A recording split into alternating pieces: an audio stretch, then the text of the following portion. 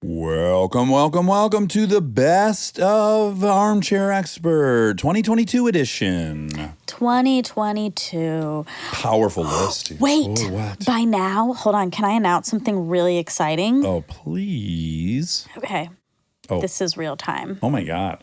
This is really... I'm on the seat of my pants. I'm on the edge of my seat by the seat of my pants. Wow. Okay. What happened? Guys. What happened? They announced the Pantone. Oh, right. 2023 color of the year. Do they keep moving it up in the year when they tell you? This feels early. No.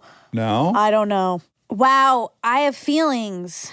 I wanted it to be green. Oh. And it's not.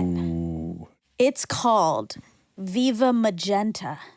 Oh, Viva Magenta. Wow. Pantone revealed its highly anticipated color of the year for 2023. A bold shade of pink christened Viva Magenta.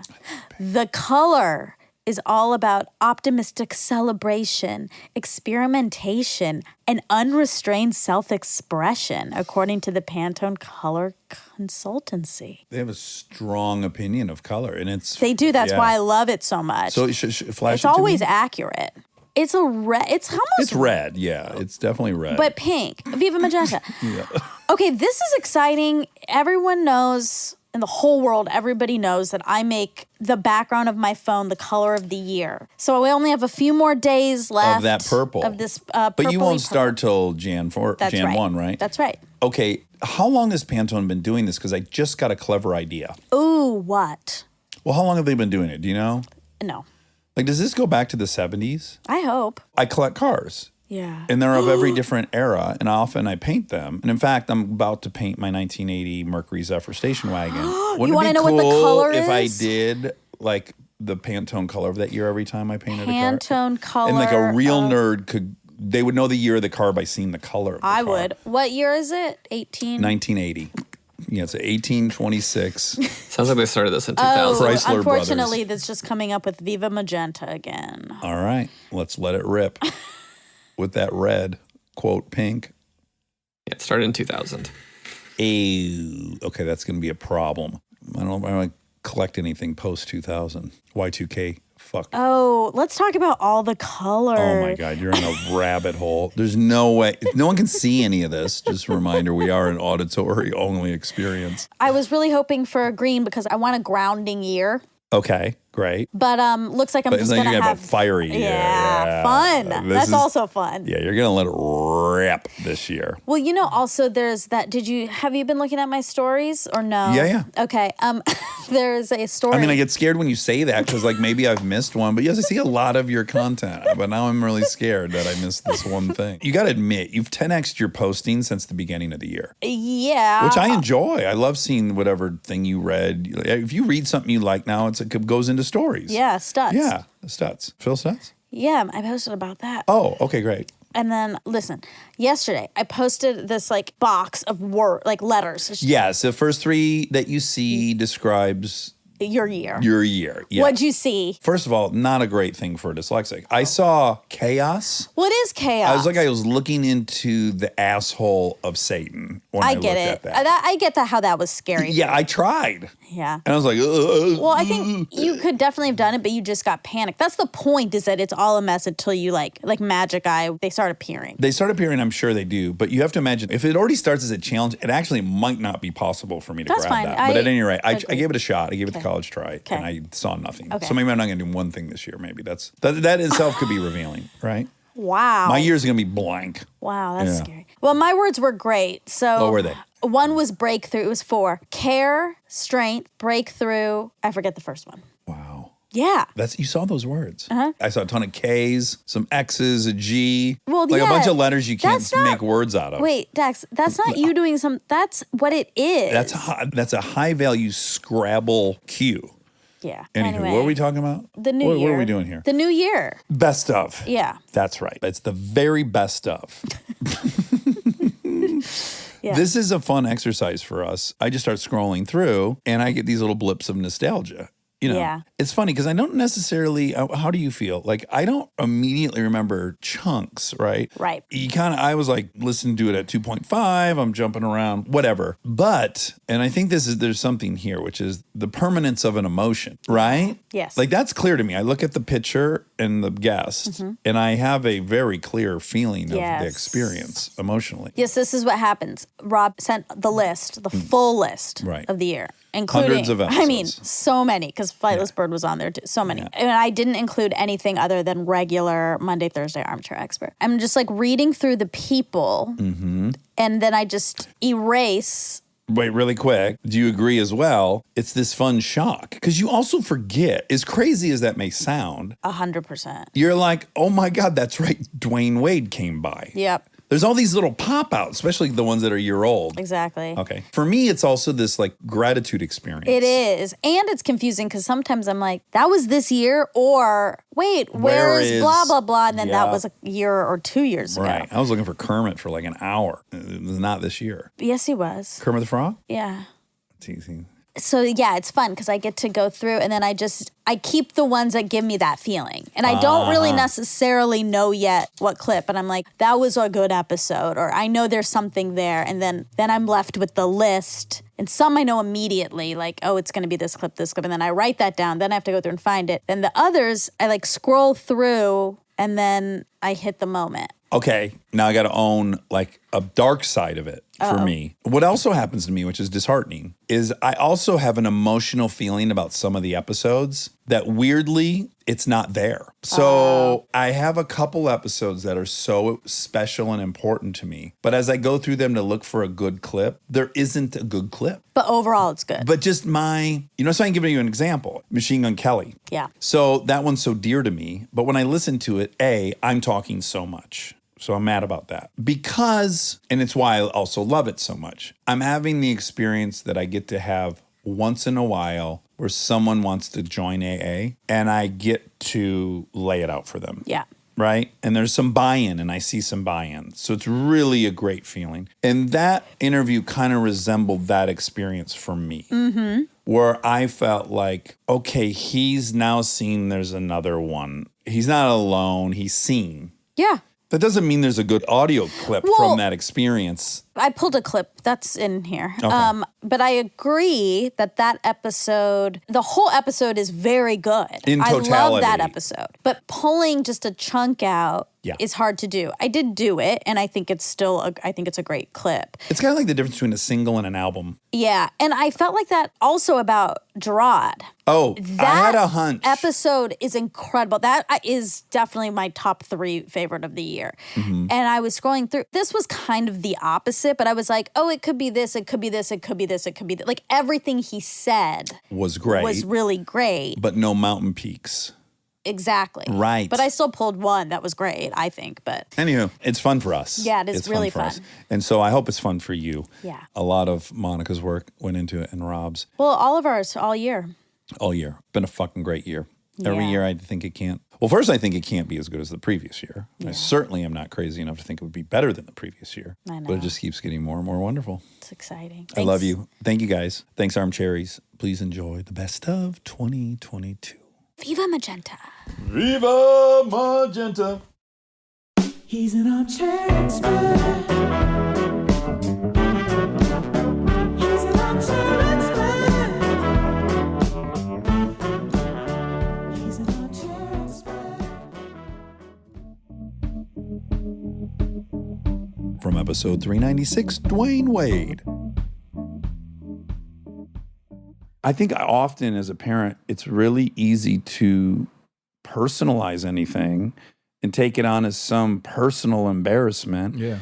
And so I guess in some way I could expect that to happen to somebody who's going to have to be public about this. Like the first thought that might cross your mind and you would correct it would be like, oh, people are going to think I did something wrong. Yeah. People close to you. Yeah. And then you got to step over that, I guess, to get to the right.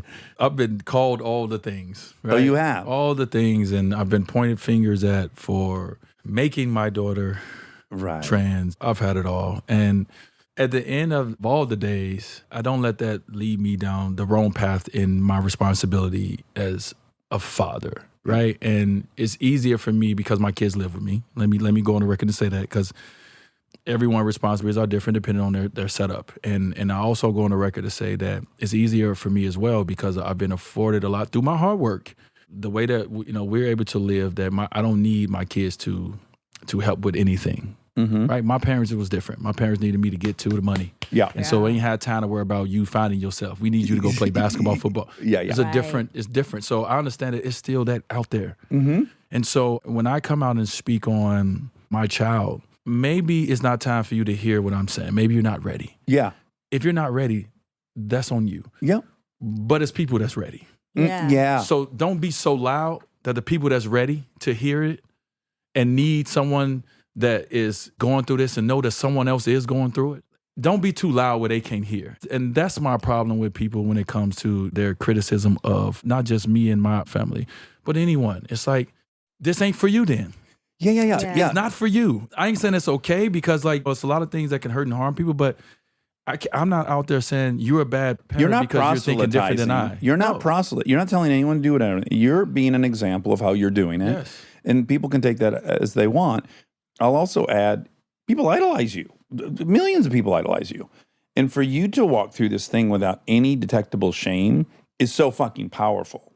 Because of the millions of people that idolize you, a significant percentage of them will deal with something, if not this exact same thing, something very similar. Yes. So to see a dude that they idolize is masculine and tough and indomitable, to walk through this without any hint of shame is incredibly powerful. I just want to add one thing. If your life goes perfect, the dream end to your life is that you'll be laying in a bed someday and you'll be staring at that daughter, and that's the last thing you'll see. You're not going to see anyone else that's got the voices. Yeah. Your perfect ending is looking in her eyes as you go on. 1,000%. And that's the only one. You got to protect who's standing at the bed at the end of the day. 1,000%, man. Like I said, for some reason, when you have kids, people have this notion that you own, that is ownership over those kids. But, your kids are people. From episode 398, Jeremy Renner.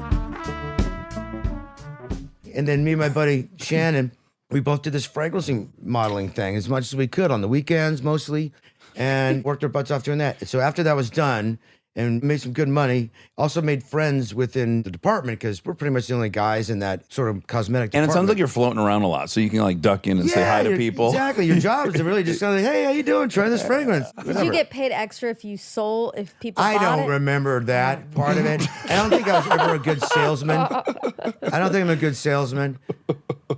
No, I'm not a good salesman. But I got a good smile, I guess. Yeah. I can bring people in somehow, some way. Yeah.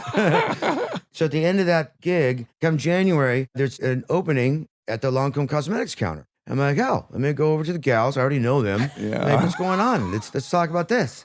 And they already love me in a way, right? But I knew nothing about cosmetics. So they sit down and I have a meeting with them. He's like, tell us about your experience in makeup. And I'm like, well, I do my own makeup. He's like, what do you mean? In theater, I have to apply my own makeup. Now, it's not street makeup. I have to do it more like clown-like. Right. It's going to be theatrical. Exactly. You got to be able to see it from the 28th row. But I sat with them and I said, look, and the two gals were there, Kari and... Oh, wow. That was the boss.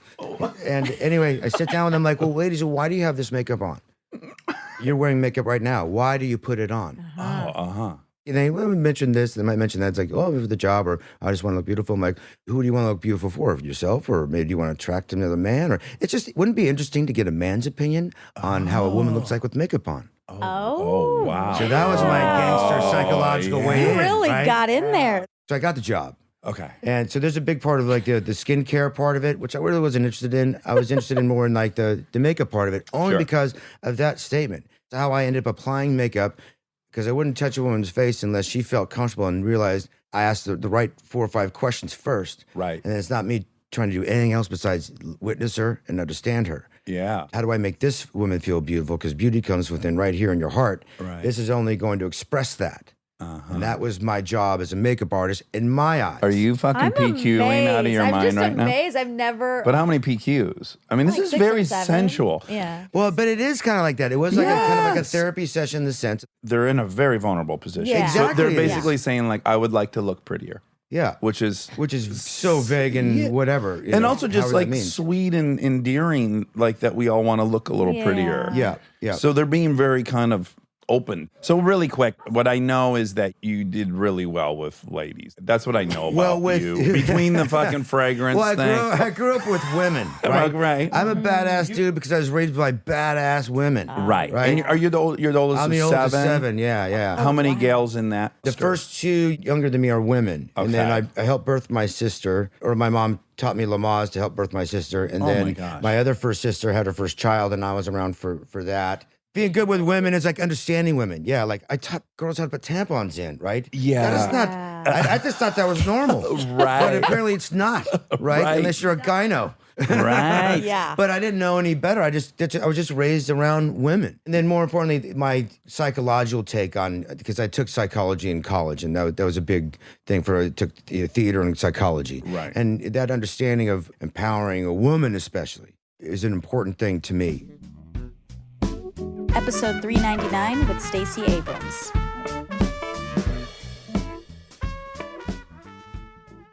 One of the challenges was I was in first grade. I learned to read when I was really, really young. I was a very aggressive reader, loved words. So when I got to first grade, I was actually fairly advanced.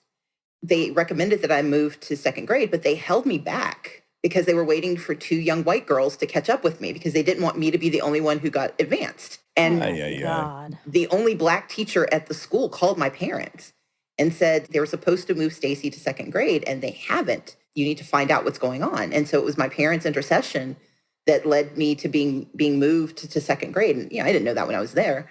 I just knew one day the principal came and pulled me out of class and I'm like, I know I said something inappropriate about Miss Kimberg, my first grade teacher, because I didn't like her. God rest her soul. She's probably a perfectly lovely person, but that was a bad day for me in class.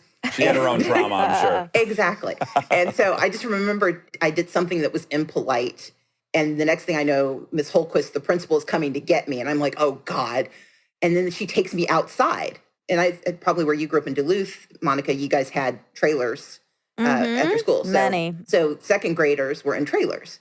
She takes me out of the school building, out back. Now, I have no idea what's happening. And I am following this woman out back, and I'm like, I am going to die. I don't know what, or I'm going to be beaten within an inch of my life. I will apologize. Please let me go back. And then she takes me to this trailer, and I've never seen these trailers before. So I'm like, oh, they're going to bury my body out here or something. And she knocks on the door, and the door opens, and out steps this woman who, in the dappled sunlight of Gulfport, Mississippi, looks like an angel because I'm not in trouble. And she welcomes me, and that's Miss Blakesley, my second grade teacher. And she's the one who got me into spelling bees and really let me sort of integrate myself into the class because I was different, because I was quiet, because I was a little black girl who had been moved and other kids hadn't. And she knew that words made me happy. So she would let me read when all the kids would go out to recess and I didn't want to go and play. She would let me sit in the classroom and let me stay in the trailer and read. And that to me, it gave me comfort again. And as for you, when words are your comfort, anytime you can spend time with them is a great thing. Episode 404 with David Arquette.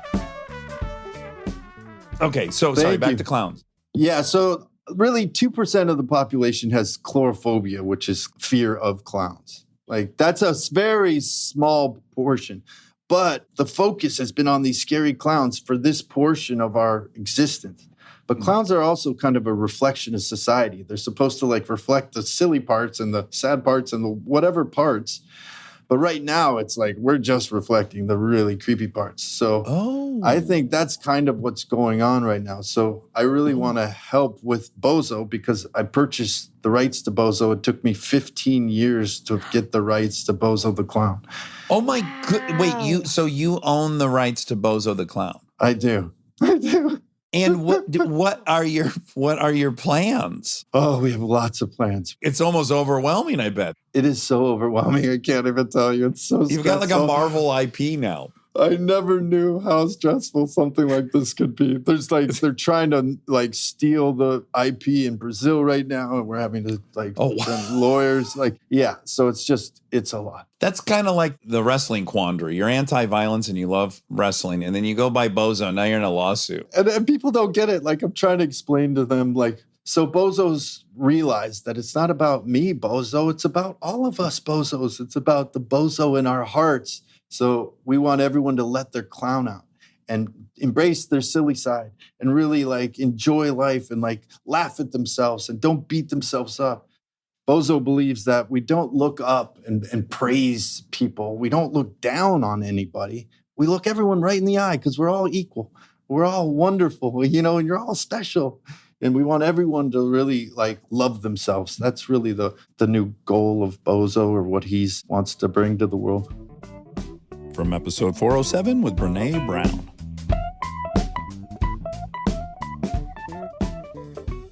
Here's another one. I'll ask you. You're getting a massage. The pressure's nice. You really want more. They ask, how's the pressure? You know more pressure means harder work for that person. What do you do, and how easy is it for you to say? Talk about a first world problem, by the way. So you're getting a massage. I say, no, I'd like it much harder, and I don't like chatting, if that's okay.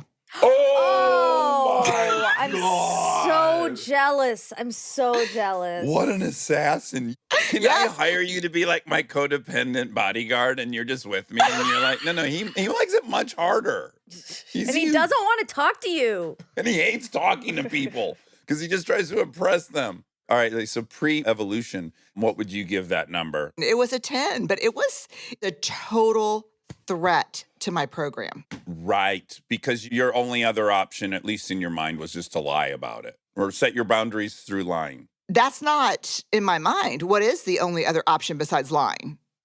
I mean, not saying anything is lying.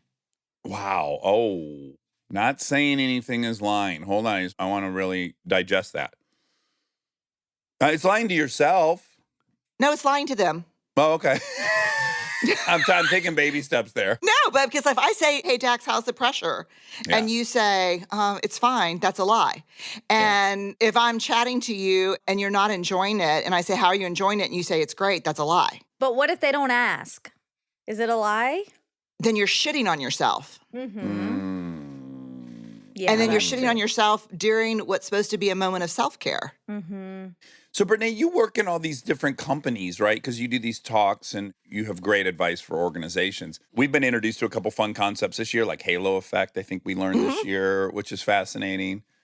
Fuck, you might have even taught it to me when I was a guest on your podcast. I don't know. I think we did. Yeah, because I actually don't know what you're talking about. So okay. I don't think we did learn it. I think you learned it from Brene. Tell us. Again, I want to tell you so you know what a good student I am of yours, but please tell Monica what halo effect is. No, it's one of those things where when we're doing big decision making and we say, okay, we're going to roll this out. Do you think we should start it in January of next year or June of next year? And then what we usually have people do is everyone writes their answer on a Post-it note and flips it at the same time. Because if I go first, I've got the most power and influence in the room because it's my company. Yeah. And that's the halo effect. I'm always in scarcity about time. I'm like, January, we should have started last week. And then everybody will go, yeah, January. So that's the halo effect. And then the bandwagon effect is even if influence and power is evenly distributed in a room, which is really the case. If I'm going last, I don't want to say something that's wholly different than what everybody else is saying. Like a contrarian will sit and listen and hear like January. And then in their mind, they're like, fuck that, I'm going to say July just because everyone's saying January. But then some people will say, well, I hear January from everyone, but are we thinking about the resource pool to get this thing launched in January? Like, I've got questions. I'm not going to weigh in until I understand why y'all think we can do this in January. That's a valid thing. From episode 409 with Nicholas Holt. Yeah, so when you first got here, we were talking about Bradley Cooper, and you told me this really funny story. Yeah, because he was the guest just before us, and I was like, it all goes downhill, but I do have kind of a funny. It's not completely related to Bradley Cooper, this story, but it was when I was dating Jen, and we'd gone on holiday. Like, a great day, we'd gone spearfishing, caught these fish, and then, like, the people we'd gone with had, like, cooked them up, and then I was eating mine, and I was like, yum. And then she's like, I don't like mine. Can you eat mine? And I'm like, well, I don't want us to appear to be rude. My God. So I like doubled down. I was like, ate all that as well. And then proceeded for the next 3 days to just have the worst food poisoning. Anyway, it relates back to Bradley because that was around the time that they were about to do Silver Linings together. And so on the way to this holiday, I remember like walking through the airport. He'd just been voted People Magazine's Sexiest Man of the Year. He was like, his face was on the cover. And already you're like, oh, girls, they're about to do a movie together. He's the sexiest man alive. Great. Bodes well. Super comforting. Whilst I had proceeded to be literally on the toilet, losing my soul. whilst this was happening, they had their first like prep chat, and literally how you two are giggling now, it was like that funny. Their conversation, and at one point I hear like the sliding door open of the hotel, and then like more laughter, and then muffled laughter. It was honestly one of the lowest points in my life. All I could see was his face from the front of that magazine and hear her laughter from their work talk. And well, you considered whether or not you were going to die on this toilet. She would come in occasionally and be like, "Are you okay?" I was like, "I don't know." She's like, "I'm going to ask Bradley if he has any tips on this." Episode 478 with Oo Kyung On. Okay, so the first one you decide to tackle is the allure of fluency. And what is the allure of fluency? I have to plead ignorance on this one. It's pretty simple. If it sounds easy, then they think it's easy. He suffers from this. He thinks he can do surgery because he watched his surgery on YouTube. It's literally that. Exactly. I feel like I can cut my dog's hair after watching it for 40 minutes. None of my family members could recognize our dog after I did that. Some idea that if you've witnessed something and you understand it, your next logical assumption is, well, then I could do it because I witnessed it. Yes. And a book that's so easy to read, they think it was so easy to write as well. Maybe the person must have just written it from the beginning to the end without any stumbling. It's an illusion. Another reason why I decided to write this book was my daughter was a student at Yale, and she was not allowed to take my course, although she could have benefited so much, and I could do all the nagging to her through the class that I couldn't do at home. They call that subtweeting, by the way. Like when you're not actually tagging the person, but we know who you're talking to. Yale does not prohibit professors' children taking their own courses, but they strongly discourage it, of course. So I said, okay, I'll just write the whole book for my daughter. Oh, Sure. So this illusion of fluency was because she was going through job interviews. And I did not want her to feel like she can just say things eloquently without having actually practiced exactly what she was going to say. Because that's the common mistake we make. We feel like, okay, I'm going to do this, I'm going to do that, I'm going to do this. That sounds fine. I can probably just wing it. No, as you know, as an actor, that's not how it works. I mean, you can't play violin just by watching people playing violin for hundreds of hours. Right. You have to actually do it and practice it, get the muscle memory, do all those things. There's a good example of the dancing in your book at the beginning of your class. Yes, so that's how I demonstrated. The actual experiment was done with the Michael Jackson's moonwalk, but Michael Jackson has some issues and some students might be sensitive to that. So I changed to BTS to be also more current, and I showed just like a 6 seconds clip of the song, and that choreography is supposed to be an easier one, relatively speaking. And they watched it over and over and again, and I take the volunteer, come out if you think you can do it. And then they come out and do it, and then nobody can do it. They all fall apart. It's a complete illusion. Stay tuned for more Armchair Expert, if you dare. Episode 411 with Zoe Deschanel. My mom has a teaching, Mary Jo. Yeah. Has a teaching credential, MJ. And we went with my dad, Caleb, on location. We lived in the Seychelles Islands. We lived in Belgrade, Serbia. And then we lived in London. And when I came back, I was in 3rd grade. And it was like, I was the weirdest person. I said things weird because I'd been living abroad. And I tried really hard to maintain my Americanness because I knew people were going to call me out. Yeah. I didn't remember how to be a Californian. Like I lived in places where there were like no stores. You've come face to face with a 1,000-pound sea turtle in your life. We would ride tortoises. There you go. Because I was, 7, and my sister was 10, and we would ride tortoises around with other kids who lived on the island. Wow. They showed us how to like ride the tortoises. We like hang out with tortoises. That was like our deal. And I came back and it was a type of culture shock just coming back because all anybody talked about were toys and the mall mall and like TV WWF shows. wrestling. We didn't have TV shows. In the Seychelles, there were only 2 videos there, half of Gandhi, which of course I wasn't going to watch when I was 7, and This is Spinal Tap, which was great thing to have. best movie. I watched it a million times. Great foundation. I still basically have it memorized. But so when I came back to LA, I was so weird for like 3rd, 4th, 5th, 6th grade. It was not great. Then 7th grade was the worst year of my life. Everyone was so mean. And it was like, and I was actually losing weight that year. I was a little chubby. Okay, sure. It was in London that I kind of gained a little weight. You know, at 3 p.m., it's dark Yeah, absolutely. in the winter. That's right. So I would just be like, let's have some crisps, you know? Let's get comfy. Salt and vinegar. Yeah. Have a little spaghetti for dinner. Maybe some digestive biscuits. Some digestives. Yeah, that's just a snack. Like for dessert, you're going to have the chocolate hobnobs. That's what you got to have. What's that? The best cookies. They're like these cookies that are divine. They have milk chocolate and dark chocolate flavor. You could choose your best. Shit, we were just there and I didn't get any hobnob. I'll get you some. Do like a whole I'll do basket. a whole thing. I'm going Instacart. to. Make an Instacart for I'm us. not kidding. So yeah, I got a little chubby in England, and then it got worse because I was a little bit sad because everyone was mean to me. Yeah, sure. You know, it's fine. It was good character building stuff. And then middle school, I was on the swim team, and I grew 6 inches. There and we go. I lost 30 pounds. So in 8th grade, I came back and I was skinny. Sure. People didn't recognize me. Yeah. One of the teachers thought I was anorexic, which I was not. I just grew a lot and I was like working out and stuff.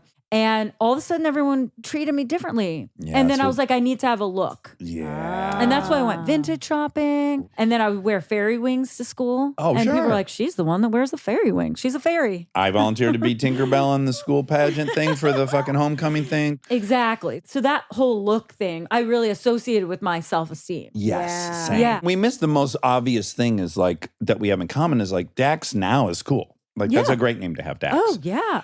In 1983 on the Oh, yeah. playground, the older kids, that was just an invitation to fuck with me. And your name is now Zoe cool, but Zooey? you're the Not first. cool. Yeah. Not Not a cool lot at of all. kids are reading Salinger in elementary school. No, nobody had read Salinger.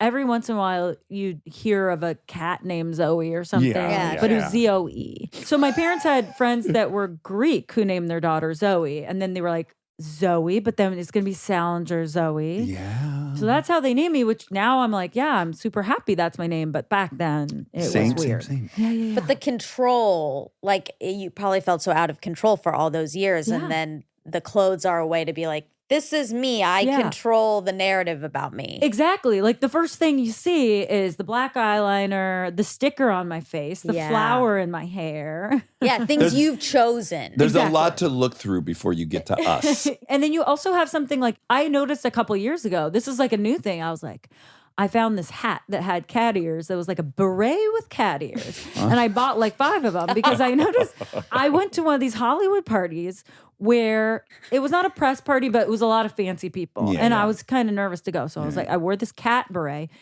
First thing everyone sees is this cat beret. And they're like, oh my God. Like they're put at ease because you like have gone out of your way to wear this very silly accessory that's like cute, but it's like, come talk to me about this hat. And then you can just talk about the hat. You don't have to talk about like other stuff first. The irony of it is it's actually an invisibility cloak. Yes. But it's the loudest invisibility cloak you could have. Episode 417 with Roy Choi. Did you have the obsession? I read Dostoevsky's The Gambler. Mm-hmm. Now, I have had every addiction, but that one, for whatever reason, blew over me. You're lucky. I'm so fucking lucky. Because it actually not only destroys you, but it's a forest fire. It will destroy everything around you. In The Gambler, the component I was missing that I couldn't latch onto was, at least the book claimed, this obsession with getting even. Yeah. Did you have that? I have it every day still. You don't even think about the money. There is no value in the currency at all. And all you do every single day when you look in the mirror is just promise yourself when you get even that you'll quit.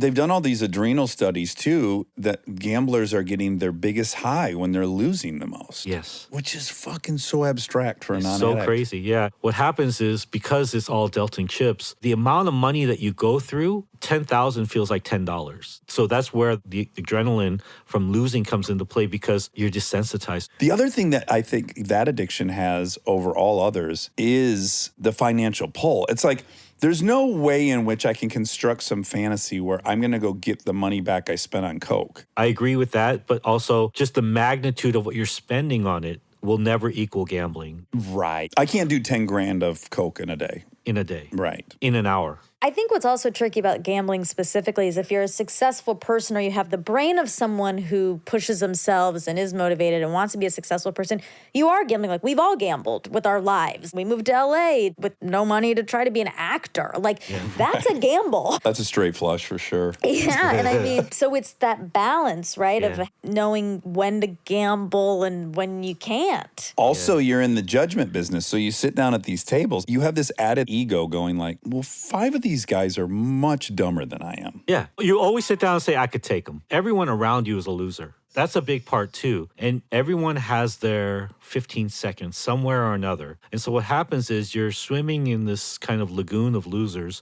And then all of a sudden you pop up and then you're the hero. And you confirm the story. Everyone flocks to you. And you're in this room. And it's the best fucking feeling in the world. I'm not going to not admit it. It's the best feeling. All of a sudden, all these dreams that we have in the real world get condensed and clarified into that moment for you. So it becomes more than just the gambling. It's like there's something poetic about it. And so for 4 years, I was on that roller coaster. Oh my God, that's an eternity. Episode 422 with Daniel Pink. And what we know is that future Monica is, future Monica is not going to regret buying a blue car over a gray car. She's not going to give a shit one way or the other. Yeah. All right? Truly. You don't have any regrets like that. You're not going to regret, oh my God, on Tuesday night I had macaroni and cheese and I really should have had a hamburger. You're not going to regret it. But what you are going to regret is not building your foundation. What you are going to regret is not taking a smart risk. What you are going to regret on these moral regrets is doing the right thing. And what you are going to regret is reaching out to somebody you care about. And everything else is commentary. So don't stress about anything else except for those 4. Right. Future Monica, I can almost guarantee, is going to care about those things. And everything else, forget about it. Yeah. That's great. And that's a great thing to put into the thinking equation, which is like, what value am I assigning to all these? And let's deprioritize the things that aren't going to have value in 10 years. See, here's the thing. To my surprise, I got led to a place that I didn't expect to go. I'm taking this emotion of regret. It's a negative emotion, all right? I'm trying to make sense of it. And what it's doing is that in a weird way, it's telling me what people value the most in their life. What do they value? Stability. You can't have a good life without stability. 2, boldness. A good life is psychologically rich. A good life, you do stuff. Moral regrets, if only I'd done the right thing. I had huge numbers of regrets from people bullying kids in school, huge numbers of regrets about marital infidelity, huge numbers of regrets about other kinds of cheating. Now, what's interesting about these moral regrets, I'm kind of glad that people are still bugged by these things. Yeah. Because it suggests that people want to be good. So what's a good life? A good life is you're good. And then finally are these connection regrets, which are the biggest category, and they're absolutely fascinating, is you have these relationships that should have been intact or were intact, and these relationships drift apart. They come apart, in most cases, profoundly undramatic ways. It's not like an Edward Albee play where people like offering like piercing quips and throwing plates and things like that. It's like they just kind of drift apart like that. And what happens is that nobody wants to reach out. Yeah. Because they think it's going to be awkward and they think the other side's not going to care. So it drifts apart and then sometimes it gets too late. So what do we want out of life? We want some stability. We want some richness and growth. We want to do the right thing and we want love. Okay, but Dan, how do we know which of these relationships deserve to peter out or lose momentum? If you have a relationship that drifts apart and you don't regret it, you've answered the question. Okay. Yeah. What I have instead is this story of a woman named Cheryl who had this friend in college. They drifted apart and she fills out the word regret survey and says, I had this friend in college and we drifted apart and I want to reach out and I think she's going to find it creepy and da-da-da-da. And that was completely bothering her. And the answer to the question, though, there's a very easy remedy for these connection regrets. If you feel like it's going to be awkward to reach out, every piece of evidence tells us it's going to be way less awkward than you think. Second, you think the other side's not going to care? You're totally freaking wrong on that. Yeah, well, yeah. You're totally wrong on that. And even with Cheryl, when I was having these conversations with her via Zoom and doing these interviews, I don't know, Jen's going to think it's creepy if I reach out and da-da-da-da. And I'm like, what if Jen reached out to you? What if after you got off this Zoom call with me, you went into your email and you got an email from Jen wanting to reconnect? How would you feel about that? Would you find that creepy? And she said, oh, Dan, no, that would be the greatest thing. And I'm like, hello. Yeah. Episode 423 with Jimmy Fallon. I'm from upstate New York, Socrates, New York, which is a beautiful little town, kind of like Little House on the Prairie, just awesome Catholic school, altar boy, Irish Catholic. But there were fights and all that stuff growing up. Was it all boys school? No, co-ed Catholic school. And I was really into being an altar boy. I was like going to be a priest at one point. I loved it. I was like into it. What aspect did you love? I loved the incense. I loved the smell of incense. I loved the smell of the church. And I loved getting dressed up and the costumes. I'm trying to remember what they're called, like a hassock or something. And I knew all the terms and everything. I was friends with the nuns and everybody. I was good at ringing the bells. I was the best kid. Great timing. And then I think I was talking to Bill Maher about this, and he said, dude, that was your first experience on stage. Oh, for sure. And I didn't even think about it, but you're up on the altar and you're looking down and all these people and your parents are in the pews and they're watching you. I think that did have a lot to do with me getting on stage and liking that feeling. Did you also like approval from like older male figures? That's not loaded. I'm being sincere. sexually. No, I'm being sincere. Yeah, I did actually. I really did. I was friends with a lot of people, in my school and all that stuff, but I actually did have a lot of older friends. I was friends with old men and stuff. Also, my grandfather used to bring me to the VFW and he'd just go and get a couple drinks at the bar and I would sit there and I'd play the jukebox and just kind of, I'd have to hang out with either my sister if she came. If she didn't come, I'd hang out with the old men.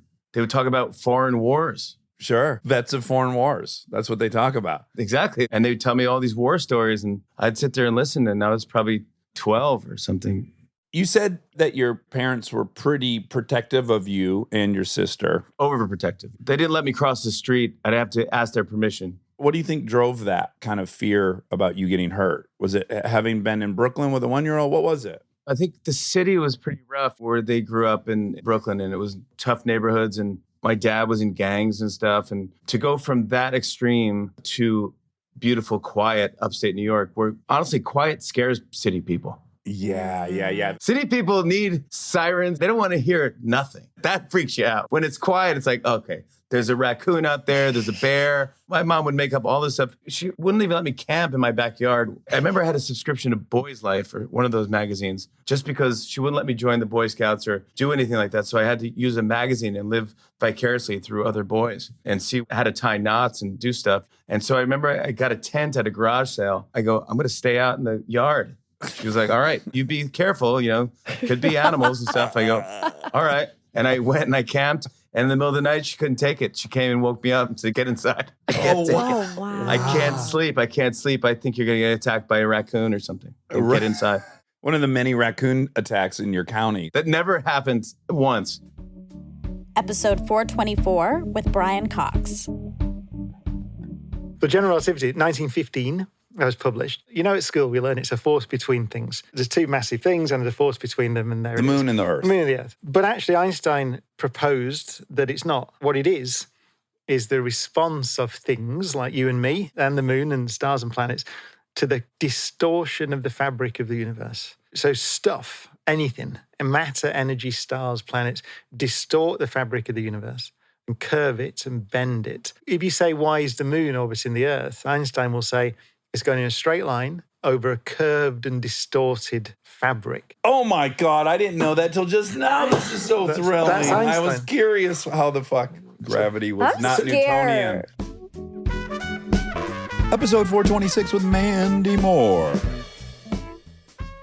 My parents got divorced when I was 21, 22. My mom fell in love with a woman. Boom! We love this. I knew it. And left my father. Okay. And it was obviously a very tumultuous time in our family. Sure. Everybody was very surprised. But my mother and her partner are still together. Wonderful. Wow. My father met my now stepmom like maybe 2 years later, and they've been together ever since. So it's like everyone ended up where they were supposed to. Oh, that's wonderful. Yeah.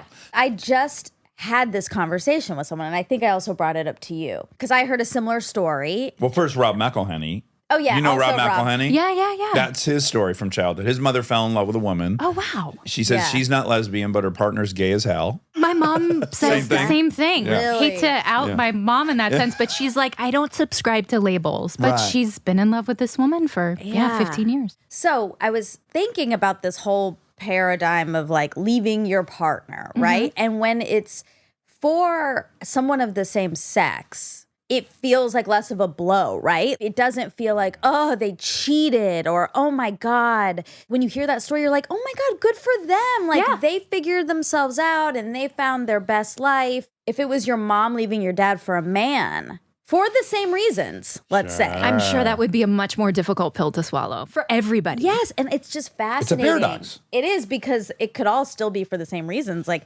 authentically, like she's in love with this other person. Yeah. Okay, so that's a big ripple. That's a big ripple. Huge ripple. And you're so right. I'm like, great. I'm so glad for her. Me too. Yeah. Absolutely. And you like her. Love. Yeah. I love who both of my parents are with. Yeah, it's like they get to live out this like next chapter of their lives authentically. They're happier, they're lighter. Like my dad especially feels like this fully realized version of himself. Like my parents were high school sweethearts. They were together when they were like 15 and married at 21. So it shouldn't be for everybody. Yeah. You know? Well, also, a lot of people will evaluate a marriage as having failed or succeeded based on, do they die married? Yeah. But to me, two people who get together for 30 years and raise three children, kids. that's a goddamn success. Two humans with different desires and points of view. That's Absolutely. a major success. Yes, I wholeheartedly agree. What was it like when she told you? Or did she sit everyone down? Oh, Did they- no, here's the devastating thing. We were all together on a family vacation. It was over Christmas. I had bought my mom and dad each a laptop for Christmas as a Christmas nice. gift. And my mom was like, "Can you set my laptop up for me?" Uh-oh. Yes. I will never forget, my parents were sitting across from me on a couch watching television. We're in some like rental house in Georgia. I'm setting up her computer and I'm going through the email, and just sort of like inbox, outbox drafts or whatever. Not even like spying. I wasn't remotely interested, but just sort of like clicking through everything. And I saw a glimpse of a draft of an email to myself and my brothers. And I quickly eyeballed it. I can imagine words jumping out. Jumping out, Yeah, of course. Beautiful mind. Exactly.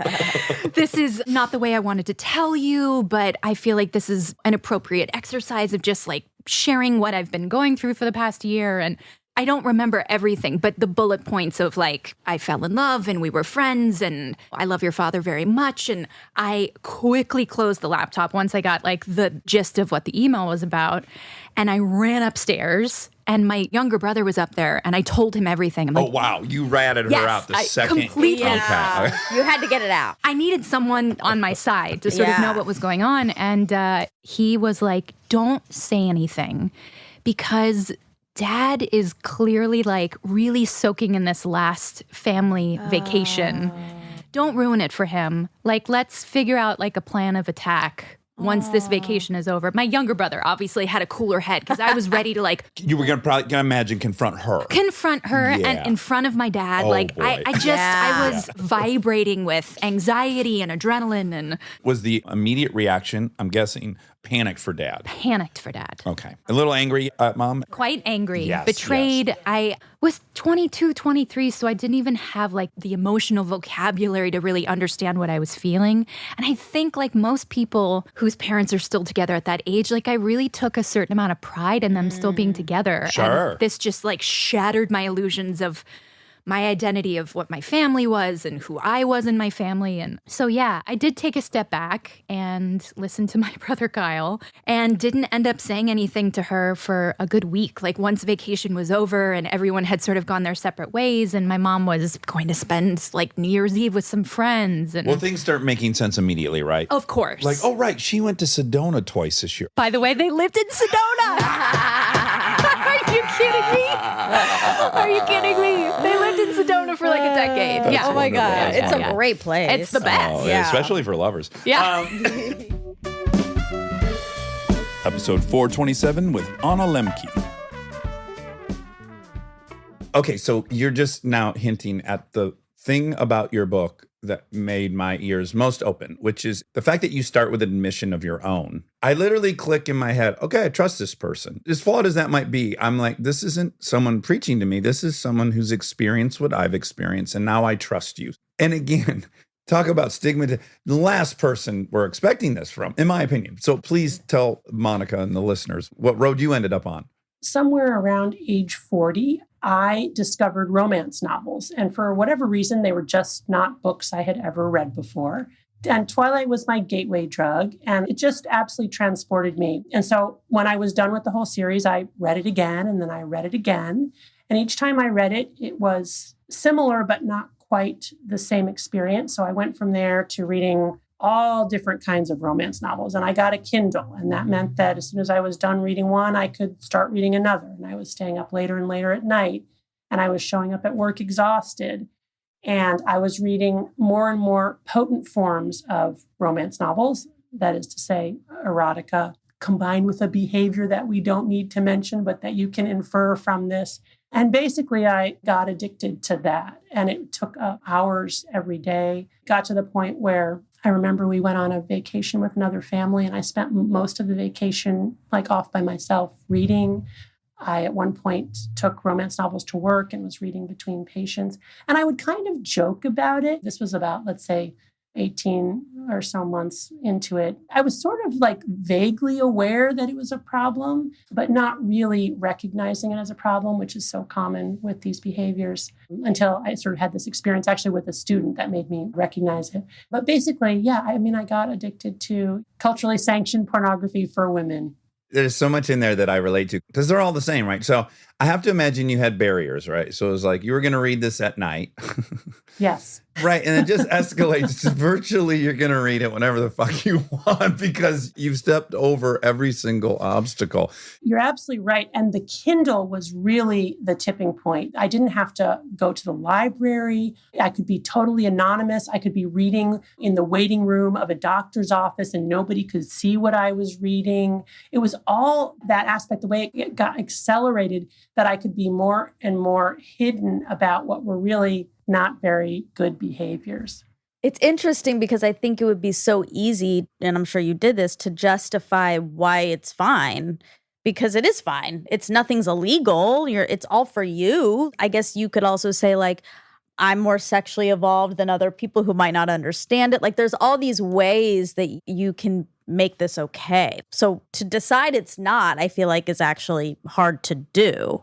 Yeah. And I think you're bringing up a very important point about the culture wars, right? And maybe for some people, they would say it was okay. But for me, I was now consuming written words that were really not consistent with my values. It was interfering with my goal to be a good parent and a good mother and a good doctor. And I was experiencing what I talk about in the book are the very subtle signs of a dopamine deficit state, which is to say that I was experiencing irritability, anxiety, depression, and lack of joy in other areas of my life, which I attribute to the hijacking of my motivational reward system, which is a very subtle but very important point, which I think pervades our lives today, which is that we are so surrounded by so many easy pleasures, so many reinforcing drugs and behaviors, that as a result, we are bombarding our reward pathways with too much dopamine. And to compensate, our brains have to downregulate production of dopamine and dopamine transmission so that we get in this dopamine deficit state where life is no longer enjoyable. Not because life is hard, but because it is too easy. Episode 432, Armchaired and Dangerous, with special guests, Cold War Kids.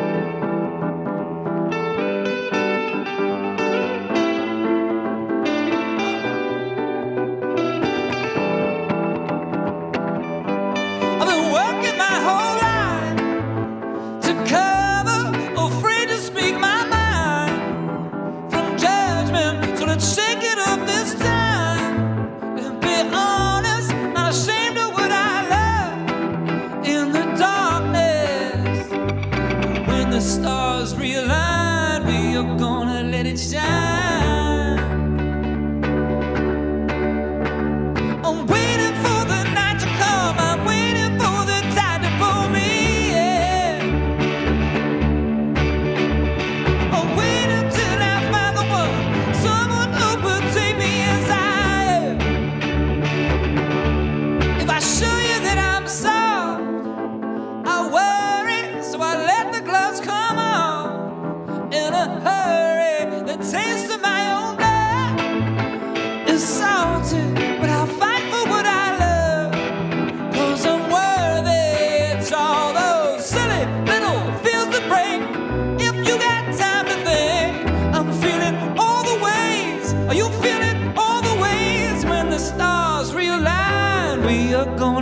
it shine. I'm waiting for the night to come. I'm waiting for the tide to pull me in. What you say? I'm waiting till I find the one, someone who will take me inside. What you say? I'm waiting for the night to come. I've waited all my life. I'll shout it from the rooftops when I'm looking in your eyes. I'm waiting for the night to come. I'm waiting for the night to begin.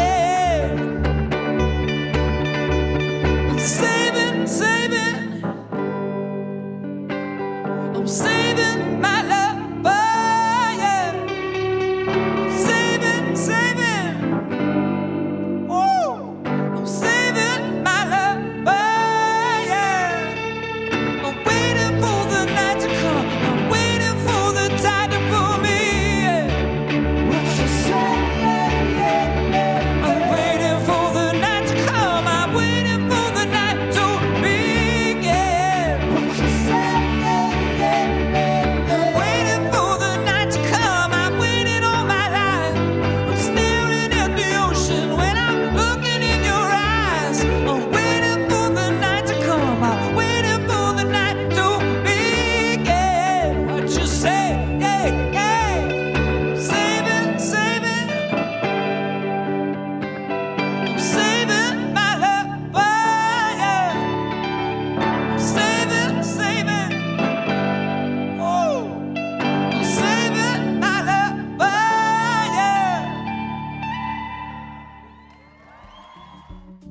you. Episode 433 with Josh Brolin.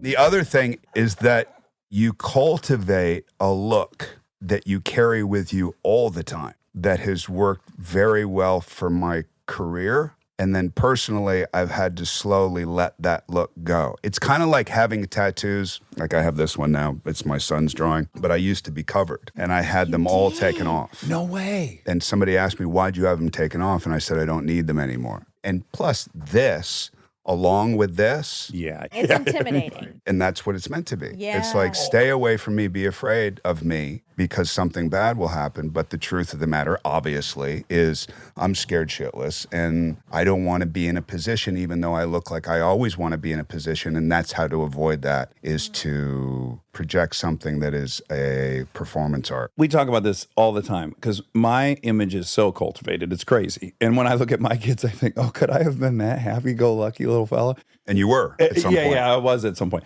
But then you weren't. I was sending a message to everybody. It's not even I'm dominating you. It's just you will have your hands full. So just move to the next person. Totally. Bro, I've said that out loud. Oh, I was like, let's stop for a second because I know what you're doing. Are you sure you want to do this? Like, you can do it. Yeah. I'll be right here for you. For you. By the way, that's all like verbal juggling and all that. There was one time, and this was a good thing. This was the right thing to do, but in the way that I did it was self-absorbed.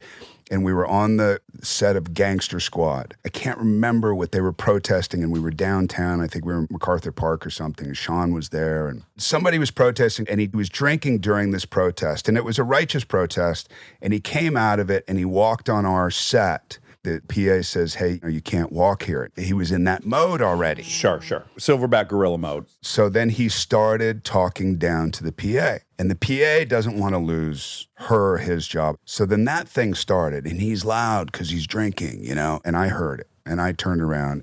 It sounds so arrogant, and it was.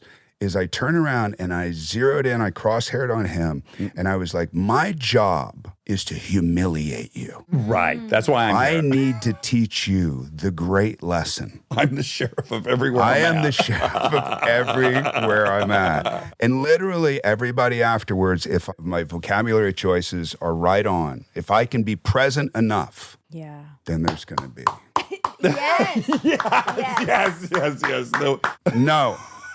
That was for all of us. Oh my God. I would do it differently now, but I don't know how much.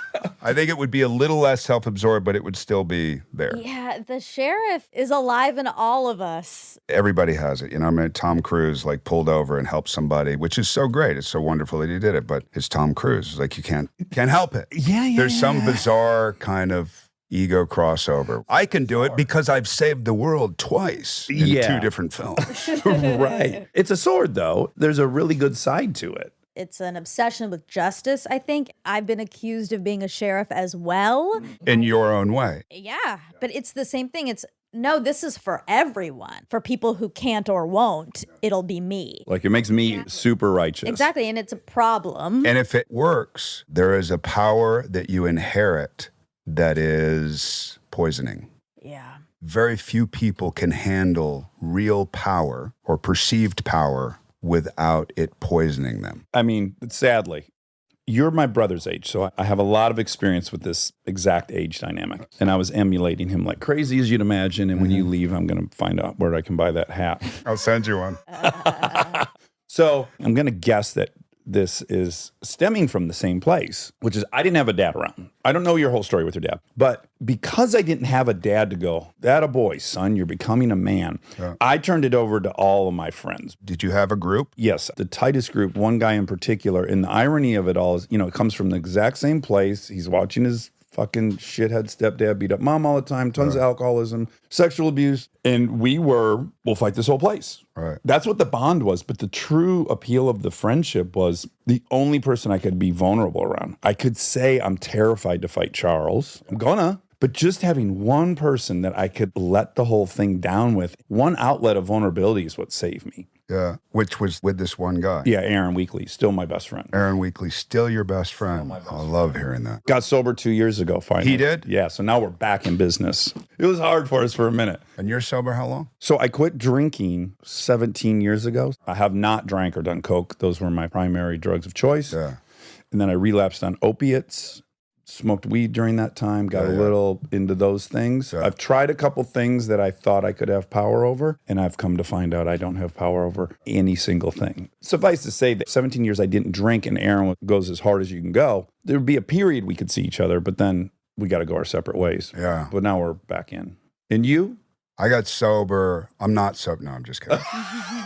Big reveal. I'm on Molly right now, and this toothpick is fucking delicious. Where do you get these? I'm fucking rolling hard right now, baby. I got sober at 19. I was looking at 14 years in prison. You punch a cop or something? 6. 6 cops? Yeah, so I fought on the corner of Hollywood and La Brea. Mm-hmm. And my buddy, who I'm still buddies with, who has 26 years sober at this point. Dude, this is literally the lamest story I could tell. As he was closing the store, he saw me turn around toward the cops and he heard this. And that's the God's honest truth.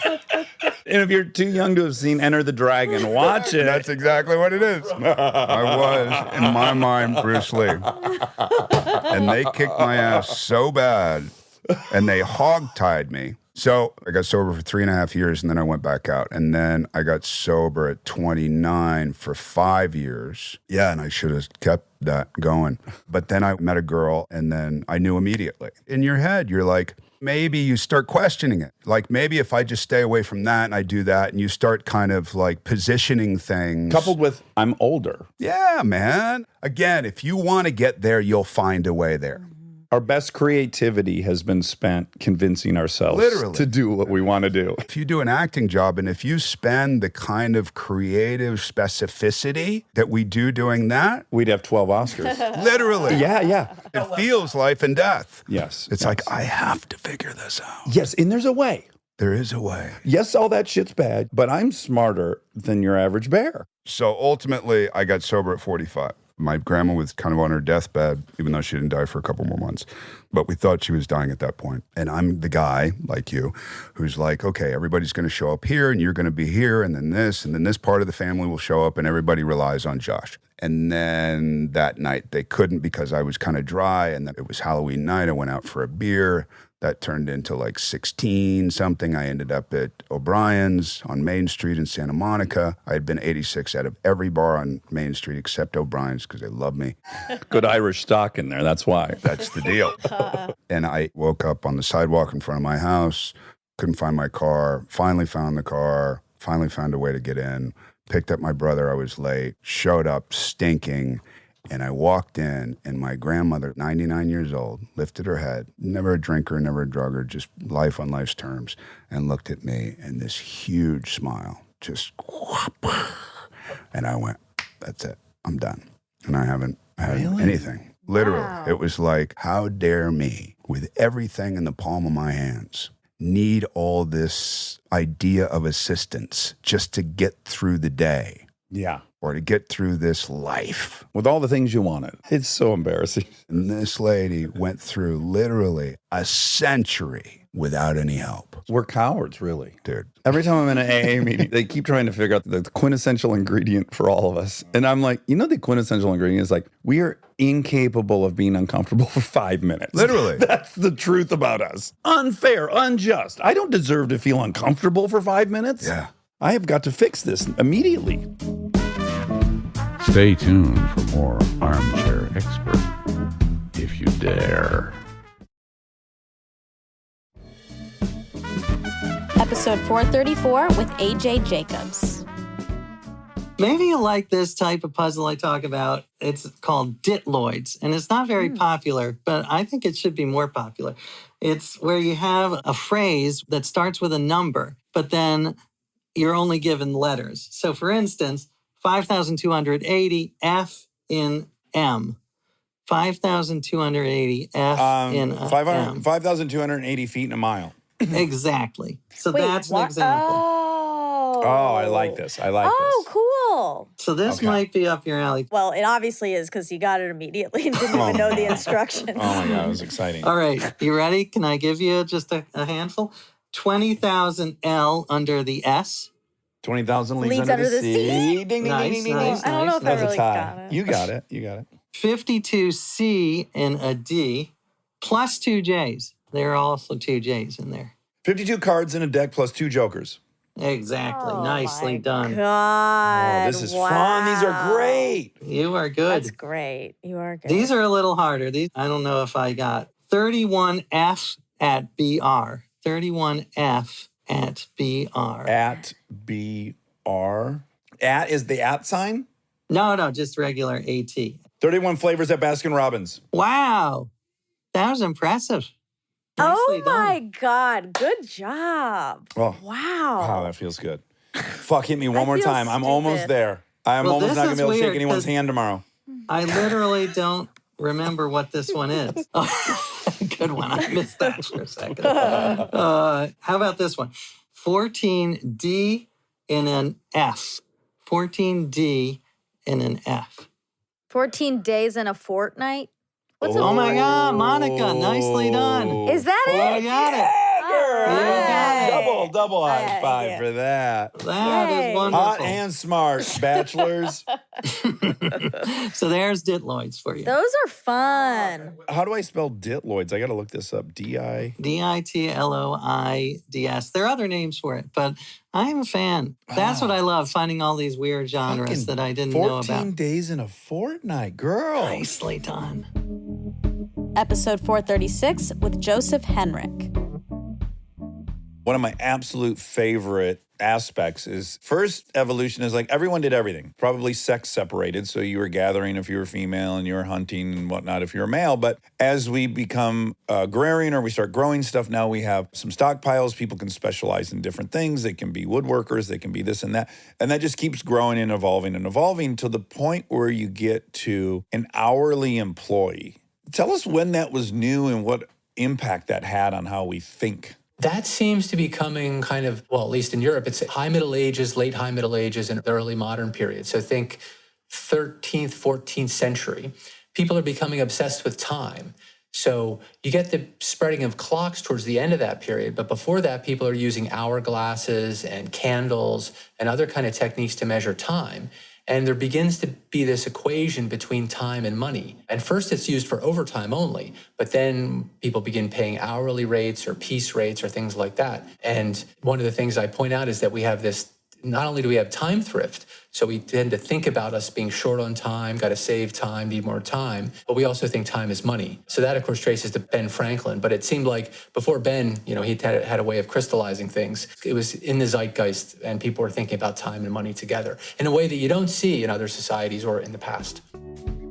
Episode 437 with Molly Shannon. If you went to a Catholic school, what was your dynamic with boys? Like, your first crush was a priest. Oh, yeah, he was an Irish guy. I think a lot of people were like, oh, don't talk about the accident. That'll make them cry. Don't bring that up. Yeah. But Father Murray was a priest at St. Dominic. So after we left my aunt's house, we went back to my original childhood house. And I think I thought my mom would be there or something. I was in some fantasy, but she wasn't there. But anyhow, Father Murray, when we went to church, knelt down when I was probably 5. He just directly addressed the loss. And he said, now, Molly, I know you lost your mother. You lost your sister. This is just heartbreaking for you. And he held my hands and looked deep in my eyes.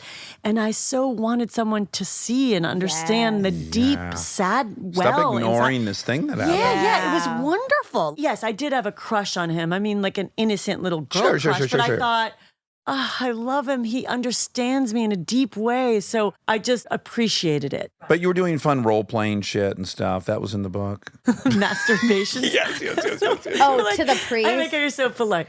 But I love it. But it's young. And I wondered, too, like anything you could soothe with, I would imagine at that point had to be incredibly appealing. Yes. Yeah. Well, masturbation, it's an interesting thing because I think that it's natural and positive and there's nothing wrong with that. I'm actually reading a really good book where this woman talks about it. It's called Come As You Are. And she speaks about masturbation, how healthy it is and people's different reactions. And a shame-based reaction to a young girl masturbating could stay with a woman forever. And then they might associate that guilt and shame or like you're bad or dirty with sex for life or something. So anyhow, it's a great book. I think it's an interesting thing because I think some people could see that and be like, oh, disgusted. And then the person is associating desire or a kind of natural thing with shame. Right. Oh, totally. And being Catholic, I could certainly relate to whammy, that. Yeah. Or you could be like, okay, put on your shoes. We're getting ready to go out. Because I know some people like that. And not every girl does that or boy, I did. Yeah. And it felt fun and natural. So right after the accident, yes, I was downstairs in her basement masturbating. And I would make up scenarios like I would have in my head like there was a really mean gym teacher who was like, get down on the floor, you fucking piece of fat shit. You fat hog. No wonder your mother died.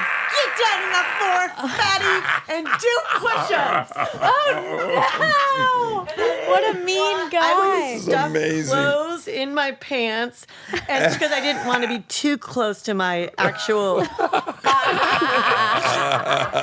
And I would tie myself up to a chair, too. Right. So that I couldn't get out of the chair and I would grind. We need a visual. We do. And I'd grind and she'd be like, you fat piece of shit. This is so wild. Yeah, it's like BDSM. It is. My aunt saw this and she was horrified. She must have thought you were like needed an exorcism. She saw me tied up and she just pretended she'd never see it. She opened the door, had a horrified look, and then closed the door. Oh my God, were you like... No, I continued to joyfully... But you weren't embarrassed by the role play part? No. Oh, wonderful. Yeah, I'm so impressed that your brain could even like do that. My friend Allison and I talk about it because she was the first girl I talked about it with at Catholic grade school. Yeah. She was like, I do that. And I was like, I do it too. And then she used to call it Mr. Meanie. Oh. She had the same role play. Mr. Meanie. Oh my God, this must be a Catholic. This is a Catholic. It was bad. Episode 439 with Machine Gun Kelly, a.k.a. Colson Baker. Okay, can I tell you something I heard recently in a meeting? I did the things they say I did. I'm not who they say I am. I think that would sum up what you're saying. Absolutely, exactly what it is. Yeah, it's nice, right? Yes. Crazy childhood, or at least on paper it is. Yeah, it's pretty wild. Your parents were missionaries. One of them was, yeah. Your father. Mm-hmm. And you guys went all over the world. Yeah, he would be in and out. I kind of learned a lot of this stuff after his death. Oh, he died? Yes. When did he die, can I ask? 2 years ago. Okay. And I learned a lot of this stuff after. I knew that he was really traumatized from something that I haven't really even acknowledged to myself what it was, but I learned what happened as a kid. And it's actually not what anyone would think. It's the most unique, odd kid story I've ever heard, because it's not like, oh, someone touched him. It's nothing like what you would, it's probably the most insane. Perpetrated by his parents? No. Oh, okay. His father died in front of him. Okay. As a kid. But I haven't stopped to ever acknowledge what he went through. He didn't talk about it until he was on his deathbed. Oh, no kidding. And he was like, this is what that was. Yeah. And I was mind blown, and it made me understand so much of who and why he was dealing with what he was, because I couldn't understand. He slept for a lot of years when my mom had left to do her life. Major depression, yeah? For sure. And alcohol. I mean, he died of liver cirrhosis. And he probably wasn't that old. No. Yeah, it was escapism, which is classic with me as well. So it was just like, okay, I can't keep this job, so like go to God. Yeah. And then go to missionary. Oh, no. Oh, then, okay, get a job, but then can keep just, okay, go to God. Yeah. So there would be moments, like I remember in high school, like he went to Kuwait for a year. I was a freshman, and I stayed with a friend of mine down the street. In Cleveland? Right before I moved to Cleveland. So I moved to Cleveland at the end of freshman year. Okay. 9 to 13, 14, something. I was in Denver. Did you see me smirk just now? Yeah, why? Because I got excited. But I want you to know why I smirked. Yeah. Because if you ask me like where I grew up, I will tell you, I grew up in my mind in this area of my life that was really only 3 years long. Same. So when you said that, I got little goosebumps because I had crazy trauma up until we moved to this one town, Milford, and I started 6th grade there. All the stepdads were gone. Fucking sexual abuse was gone. All this shit was gone. And I got there and I met my best friend, who I'm still best friends with. I became popular. I was punk. I skated, this whole thing. And so it was only 3 years, but that's my home. When you just said Cleveland, I was like, oh, yeah, that's the same thing. I bet that was my segment where I was like, this is who I am. And you just caught my smirk, which no one would have caught. Your spidey senses are fucking 12 because of your fucking childhood. And I would have caught if your eye moved this much while I was talking. I'd be like, what's up? Did I lose him? Now he's out to get me. What happened? Right. That was awesome. Yeah. Episode 441 with Gerard Carmichael. I've been saying to friends, like, everybody's in the closet about something. Yes. There's something in your life that causes you deep shame that you just don't want people to know. And saying it, like, in context of your own life, like, coming out means something different in Hollywood now than when Ellen did it. I'm aware of that, right? It means something different in my household than it meant in other people's household. Like, it's just the context of your life that matters, that builds that secret, that builds that fear. But you have this great moment, and I loved it because I could feel the authenticity of it, which is like you're looking at a dude in the audience who's not loving this. And you're like, dude, I know, man. I know. I'm from the hood in the South. I know what you're saying. Sometimes I'm in the shower and I'm like, fuck, I'm fucking gay. You can't give me any homophobia that I haven't given myself. I've internalized so much of it, and I'm trying to work so far out of it. But I've said it. I've already said it. I've been on both sides of that. It's so real. And that's what I'm saying about, like, even just going back to comedy, like being able to articulate the full breadth of your experience. Being able to say, like, oh, I was on both sides of that. Oh my God. I'm realizing something right now as you say it. That comedy hasn't changed, right? So what happened was someone said out loud something we had all felt on an airplane, which is, oh, this food's terrible. Whatever it is, right? Yeah. This decade of airplane jokes. Yeah. And then Seinfeld's like, he points out something we've all been feeling. And there's this look. That's the joy of the comedy. And so it's the same thing right now, which is like, you're just pointing out something we've all felt, or it wouldn't work. Yes. That's where we're connecting. That's what I'm saying. When your audience applauds you, they felt that. They've been there. Yes. Yeah. Episode 443 with Ike Barinholtz, live in Los Angeles. Okay, last time through a sheet, but this is Barack and Michelle. Barack and Michelle? Yeah. The most respected people in America. Make it classy. This is very sacrilegious. This is not good. What's going to happen? Let's say they're forced into it. That might make it worse. No. Let's empower everyone. Michelle was at a goop retreat. Okay. Esther Perel was around a campfire. Sure. God, I hope I was invited. And she said, have either of you ever had the sex through the sheet? It's a very intimate, it's a way to play a role reversal and really mess with identity. And Michelle came back to Barack and she's like, this is gonna be kinky. That's a good angle because maybe he's a little scared. I like that. All right.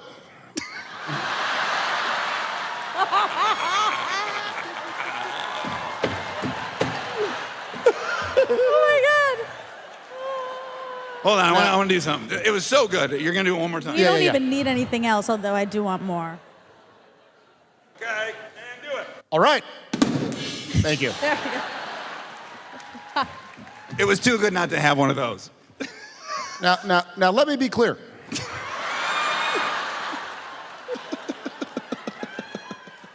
What's going to happen here? I'm going to stick it in between the sheet.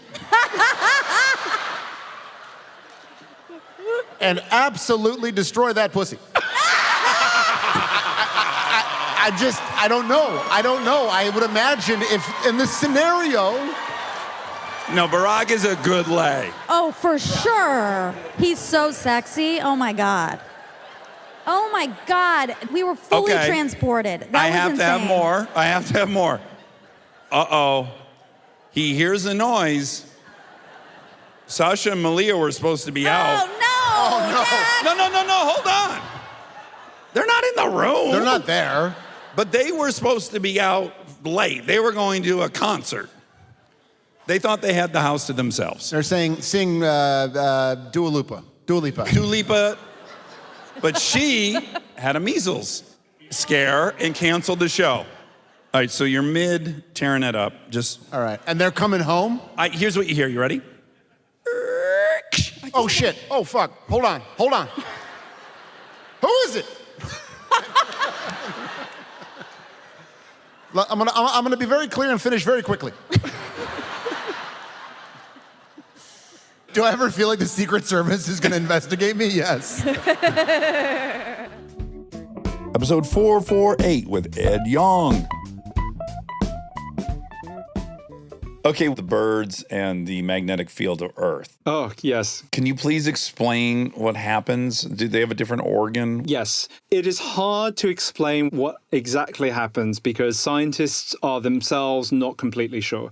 The magnetic sense exists in a large number of animals. The songbirds have it, sea turtles have it, a bunch of other things have it, but it is by far the hardest sense to study. It is the only one where we don't know what the sense organ is or even what the receptors are. And by receptors, so vision works with my eyes. Pretty obvious. In my eyes, there's a retina. In the retina, there are special cells that detect light. So that's the receptors. We know what they are. Don't know that for the magnetic sense. And the reason for that is the magnetic field penetrates through flesh. So it goes through our bodies. So unlike light or sound or most of the other things we sense, you don't need a hole in your body to let it in, and you don't need the sense organ to be on the surface. The sense organ could be anywhere. Could be in my butt.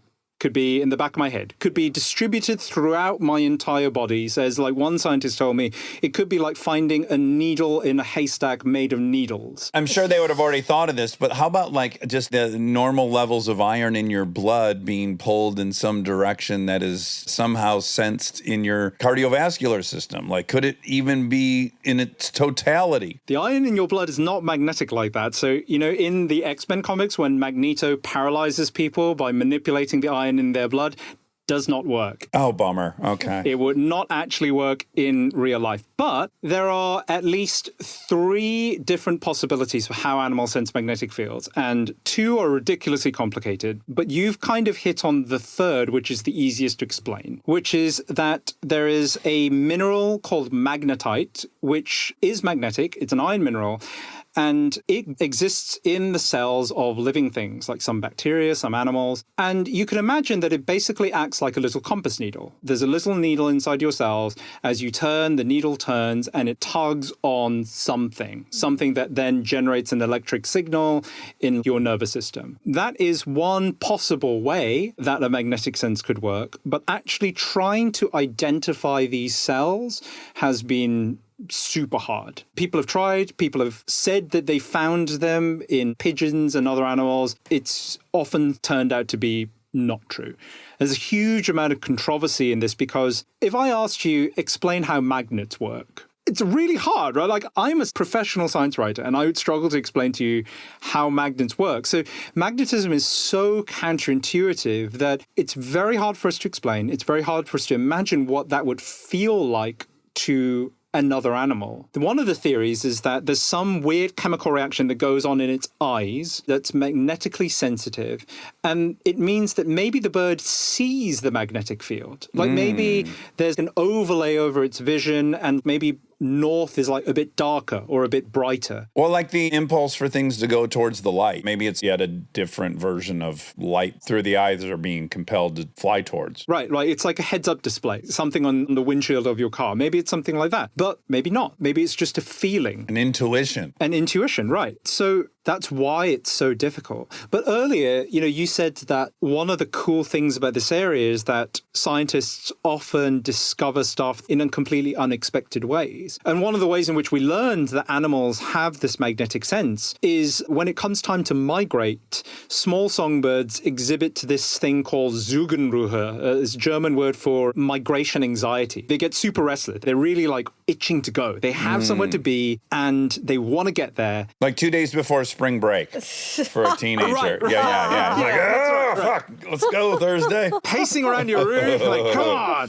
But it turns out they know the way, because if you put them in a cage, even if they can't see any landmarks or anything, they'll start hopping in the same direction. And so you see a bird doing that and go, that's weird.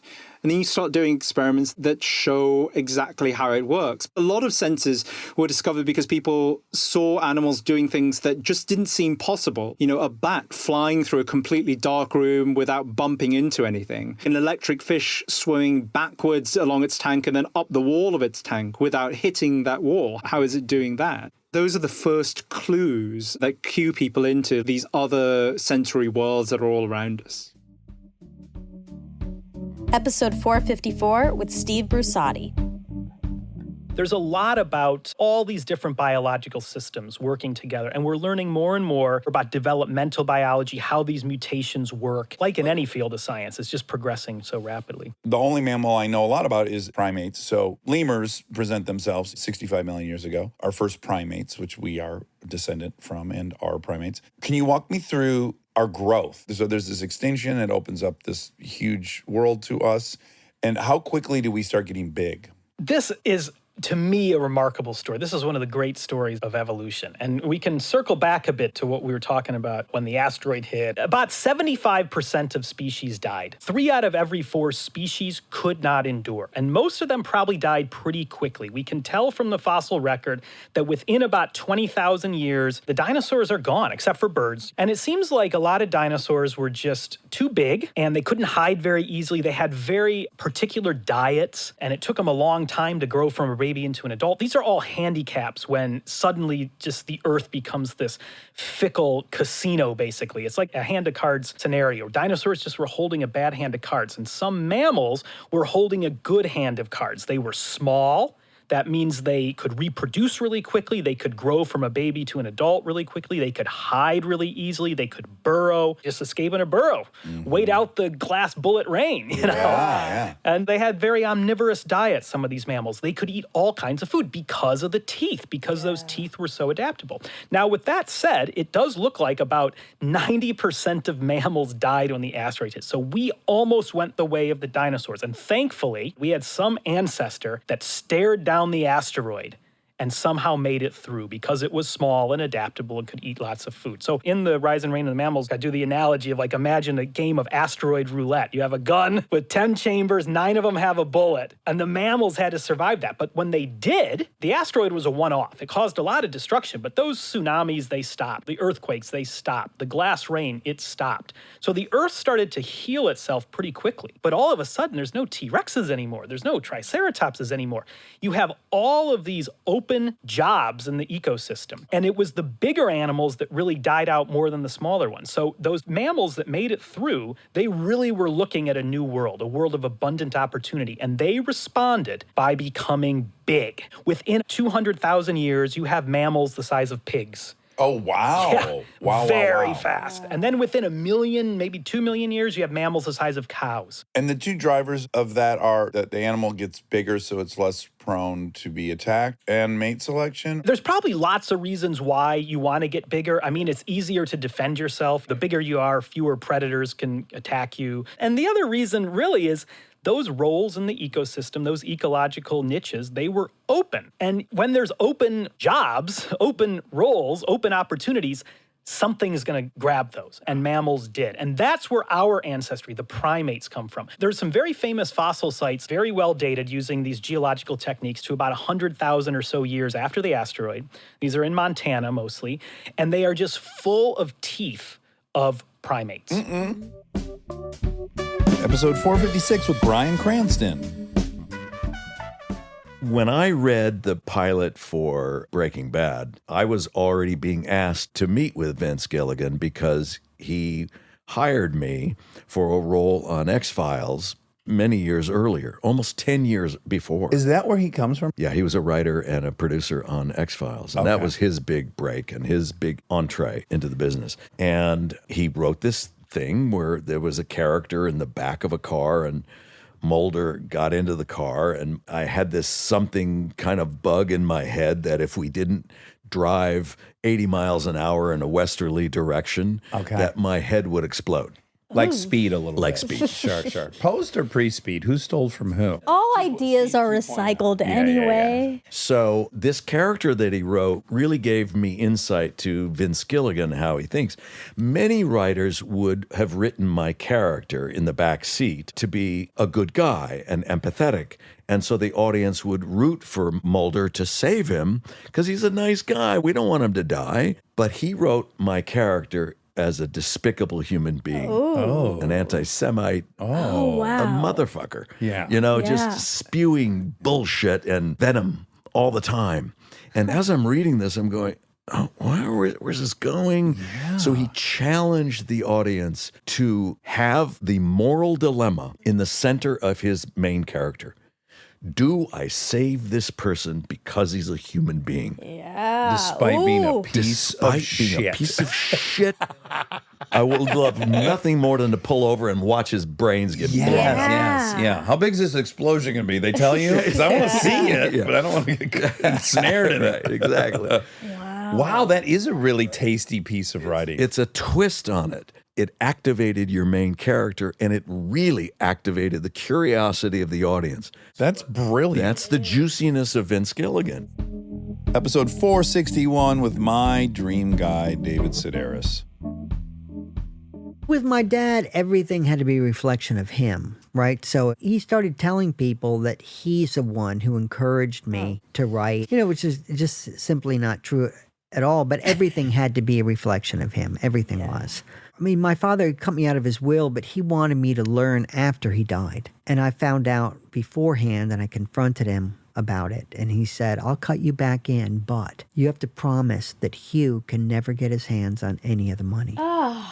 And I knew my father wasn't going to change his will, but he just wanted me to betray Hugh. For him. Right. Which, for money, actually. Yeah. But, when I graduated from college, he didn't pay for me to go to college. I paid for myself to go to college. And then when I graduated, he gave me an IRA. And that's a big thing. I'm giving you an IRA. And I said, well, can't I just have the money? Yeah. Because I'm in debt. No, you're going to thank me one day.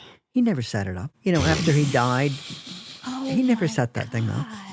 Yeah. There was a lot of little things. Yeah. He left me $5,000. It was a minimum amount that you leave somebody so they're not able to contest your will. Oh. So everything, he just had all these little things in place. And when the will came, it said, with the exclusion of David R. Sedaris. And there's something about my middle initial being included in there that really was like, I mean, it's funny how that works. You know, a lot of people in my family had really, really difficult relationships with my father. But then when they wind up with millions of dollars, they're like, you know, he wasn't so bad. Sure.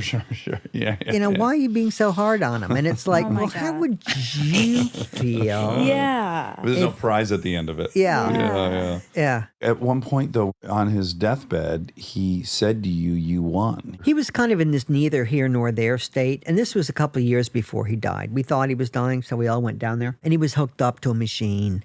And he would come and he would say things that didn't make any sense. And then he would come to and he said, David, you've done so many spectacular things in your life. I need to tell you, you won. Episode 470 with Shaun White. And I guess my curiosity, when you look at the gap between your first win and silver, what percentages would you assign to crazy and which would you assign to technique and practice? The sport, at least in my eyes, is probably at least 70% mental. Yes, because the half pipe they're in, Monica's 22 feet tall. Before he's at the lip, he's above this house. And then he launches 23 feet in the air. So he's 45 feet from the ground. He's 5 stories up. If you've ever been on a 5-story roof, you know if you step off, you're dead. You're not surviving a 5-story fall. So I think the buy-in is so different in that sport than most sports. I mean, only comparable to freestyle motocross and stuff. I literally was about to say that. The commitment level of, I'm going to hit this jump. You can't jump halfway through and like, I'm not going to do it. And that decision happens before you go. Yeah, because you're deciding to scrub speed or go as fast as you can, right? Exactly. So you're deciding what happens. And I as a kid, I learned, I think my mom pointed it out, because there's these kids trying to learn backflips and she's like, watch. A couple of them made it and one of them decided halfway through he didn't want to do a backflip anymore. He comes around, lands on his head, knocked out, the whole deal. She's like, if you're going to do something, you got to commit. That stuck with me for a long time. Episode 480 with Zoe Deutsch. Do you still ride motorcycles? Do you still? Yeah. It's still my life. How does I can't. She doesn't give a fuck. It would scare you? Yes. Of course. You're scared. I'm way too codependent Al-Anon to do that. I would freak out. I don't even know you, and I'm going to now try to convince you that you should stop. Because I think I can do that. I think I can stop you. I literally am like about to do a whole thing. Do a whole as thing? if, no, I'm not gonna. Okay. I mean, I might. But is there part of you, the Al-Anon part, does it become this weird challenge to whether or not I love you? Like, because if I loved you. Yeah. Oh, of course. Yeah. If you cared about me, then you would stop. Yes. I would keep myself alive for you. Yeah. Even as a full stranger, I think you should stop for me. I know, Monica. That's our whole relationship. Yeah, Which, by the way, your Day 7 episode was so unbelievable. I had so much love and empathy for you, too. Thank you. But when you were saying, you were counting the pills and doing all that, and one of the things that's so special about this podcast and you guys is that there is not a lot of awareness or discussion about addiction, about sobriety, about the program, about what it's like to love someone. And you guys are doing a real service. It inspires me and it makes me so happy. Have you loved an addict? Well, I asked if it was okay to mention this. I have a parent that's 15 years sober. Oh, wonderful. My grandmother was 50 years. Wow. Step-grandfather was 50. And then my great-grandfather died of cirrhosis of the liver at 59, I believe.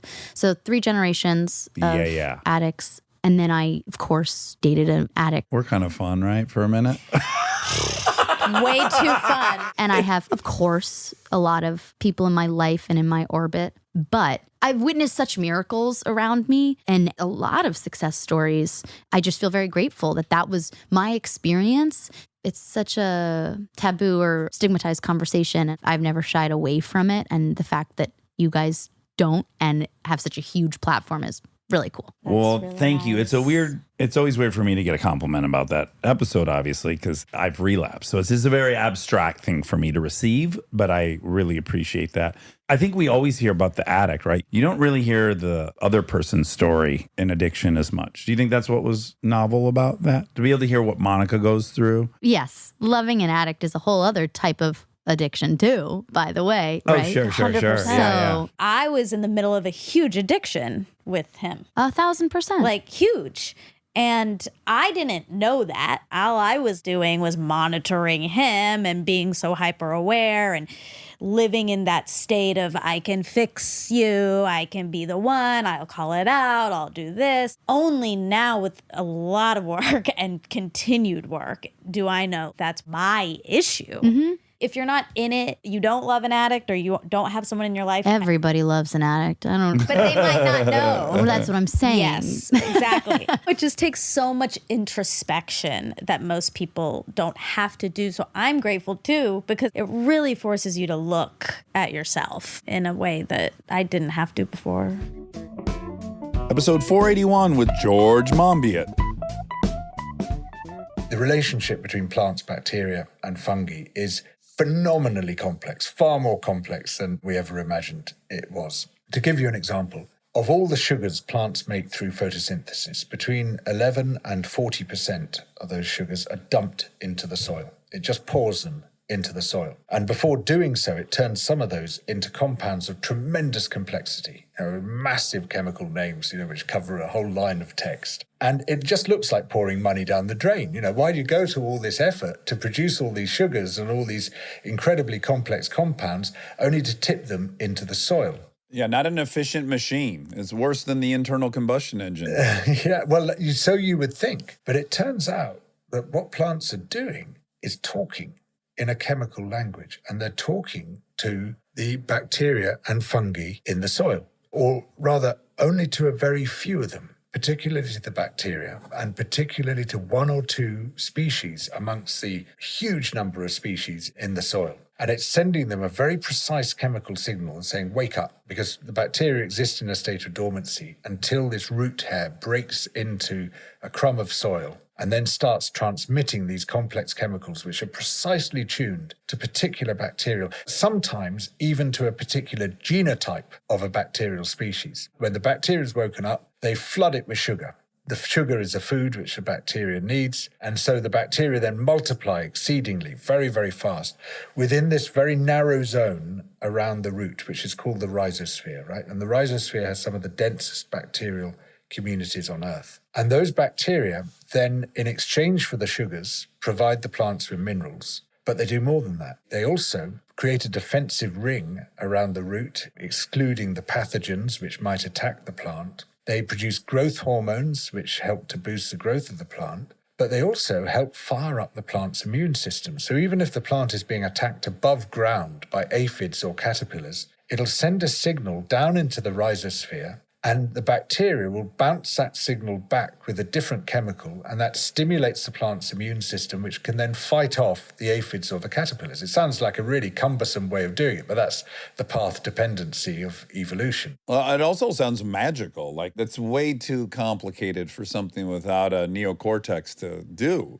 It's quite mind-blowing, but it also sounds familiar. And you think, hang on a moment, I've heard this story before. This sort of intense concentration of bacteria, supplying nutrients, fighting off pathogens, firing up immune system. Oh, hang on a moment, it's a human gut. Yeah. And basically, the rhizosphere is the plant's external gut. Oh, wow. Check this, right? There are roughly 1,000 phyla, major groups of bacteria in the world. Almost all the bacteria in the human gut are in 4 phyla, right?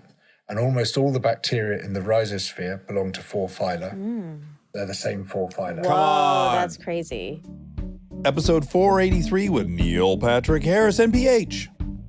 I have imposter syndrome sitting with you two right now. Tell me how. Because as a listener of your show, you often have people on who you have brought on to be experts in things, who have singular perspectives that you guys go, oh, that's fantastic. Sure. How do you think I feel talking to all these people? So this morning before I came here, I'm literally in our garage, which I've turned into a workshop with power tools, and I'm trying to finally build something out of wood. One piece of sheet, what is it called? Plywood, and then 2x4s and a 1x4. I have never felt dumber in my life. Watching this video, it's for beginners. He says, you might want to use a jigsaw for this. And I say, great, I have a jigsaw. And I go and get it. There's no blades. Right. You got to pull the little tab up to slide it in. You're like, that can't be in, I did can that. it? That can't be it. It's still moving around inside the thing. I might as well try it. Like, it's been a disaster for 3 days. So, expert of little. Please don't watch a video. If there's anything you can figure out, it's building something with wood. It's right angles. You got the saws. You'll use the wrong one. You use the right. Because if you get something that's even remotely level standing on 4 legs, you're going to feel like, fuck those Emmys. Fuck the Tonys. I'm telling you, there's a pride a man or a woman can get by assembling something out of their mind without any instruction that literally lasts 4 or 5 hours, which is huge for me. Anything that can last that long, that's an eternity. In the world of Instagram and TikTok and YouTube videos, there are so many hacks and tutorials that make things that should be challenging simple. Yes. And so I feel it's in my nature to not want to fail consistently at something only to find out that all I had to do was pull the little lever in order to get the thing to happen. And it took me so long. I would rather watch the video and go, oh, okay, I buy these things, these tools. Here's a trick. Oh, I need that trick. And then I can begin with a modicum of knowledge. I don't want to just caveman myself around. We just fast forwarded to year 4 of therapy. We're there. I know right now For from you that or story. him? For Neil. All about me. I'm going to ask you a couple questions. Would you advise your daughter to watch a YouTube tutorial on how to draw a cloud? I wouldn't singularly say that, no. Would you ask her to watch a tutorial to do any coloring? Well, I'm going to object to your line of questioning. You think you know where I'm going, so you're trying to head me off at the pass. But let's just answer these questions. Would you ever want your kids to be instructed on how to be creative? No, that question would be absolutely not. But if they came to me to say, how do I draw a cloud? I wouldn't say, you must watch a video. However, if they were watching videos of cloud drawing and it inspired them to try it themselves, then I find that super valid and valuable. It's a nuanced answer to your question. But yes, we raised our kids with this rye technique so that we didn't say, this is a ball, the ball goes in the hoop, so that they could decide what the ball was to them. I appreciate the creativity on its own, but I feel like with a pneumatic staple gun, Dax Shepard, Listen, you need to know, like, where the fucking thing goes into this thing. Why would you not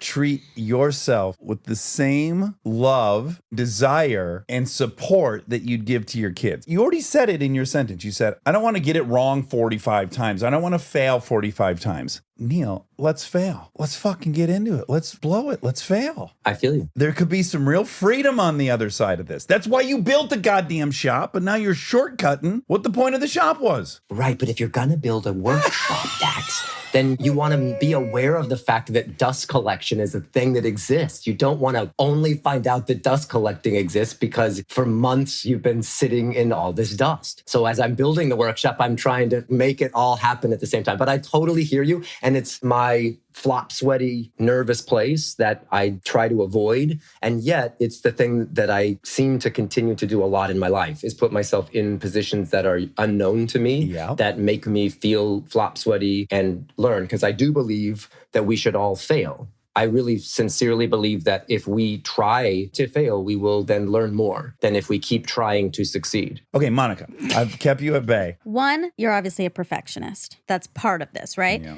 I am too, so I can relate. 2, Dax, it's not up to you to tell Neil that that's a creative endeavor he wants to pursue. Maybe that's not creative to him. Maybe he just wants the result of that, and the best way to do that is to watch a video and figure it out. 3, I think it's more about your therapy. Always. In that you don't like asking for help, and it doesn't seem like you, Neil, have a problem asking for help. I agree with you. But in this case, which I think you've assessed us both correctly, the medicine, if you're our therapist, would be to make me take help and watch the video and for Neil to do it on his own. That would be the submersion therapy But here. when it's building something, like, you could get hurt. Oh, he's not going to get hurt. He's not a dumbass. He's not going to fucking put your... Hey, here's the video. Don't put your fingers in front of anything moving. The crayons don't have a saw at the end of it that they could chop their He's not hand cutting down an oak tree in his backyard. It's very interesting because I agree with both of you 100% in different ways.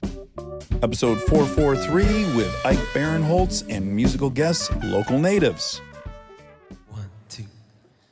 Wait, when am I gonna lose you? How will I let you slip through? Careless or unkind?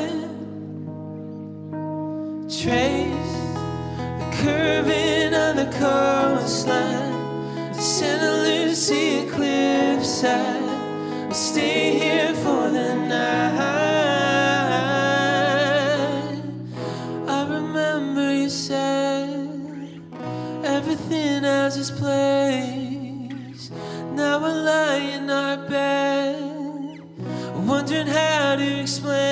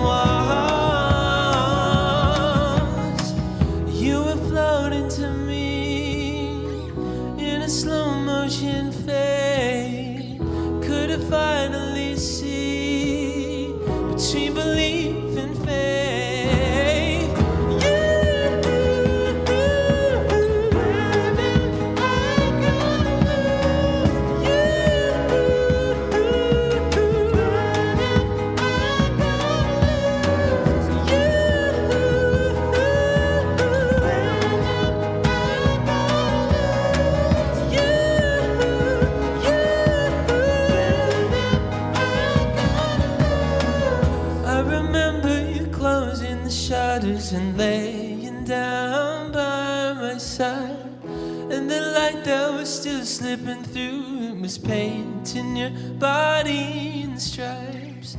I remember the trees tumbling down like an archangel choir, and the ocean was all we could see, and I knew that I wanted you. I remember you closing the shutters and laying down by my side, and the light that was still slipping through, it was painting your body in stripes. I remember the trees tumbling down like an archangel choir, and the ocean was all we could see, and I knew that I wanted you.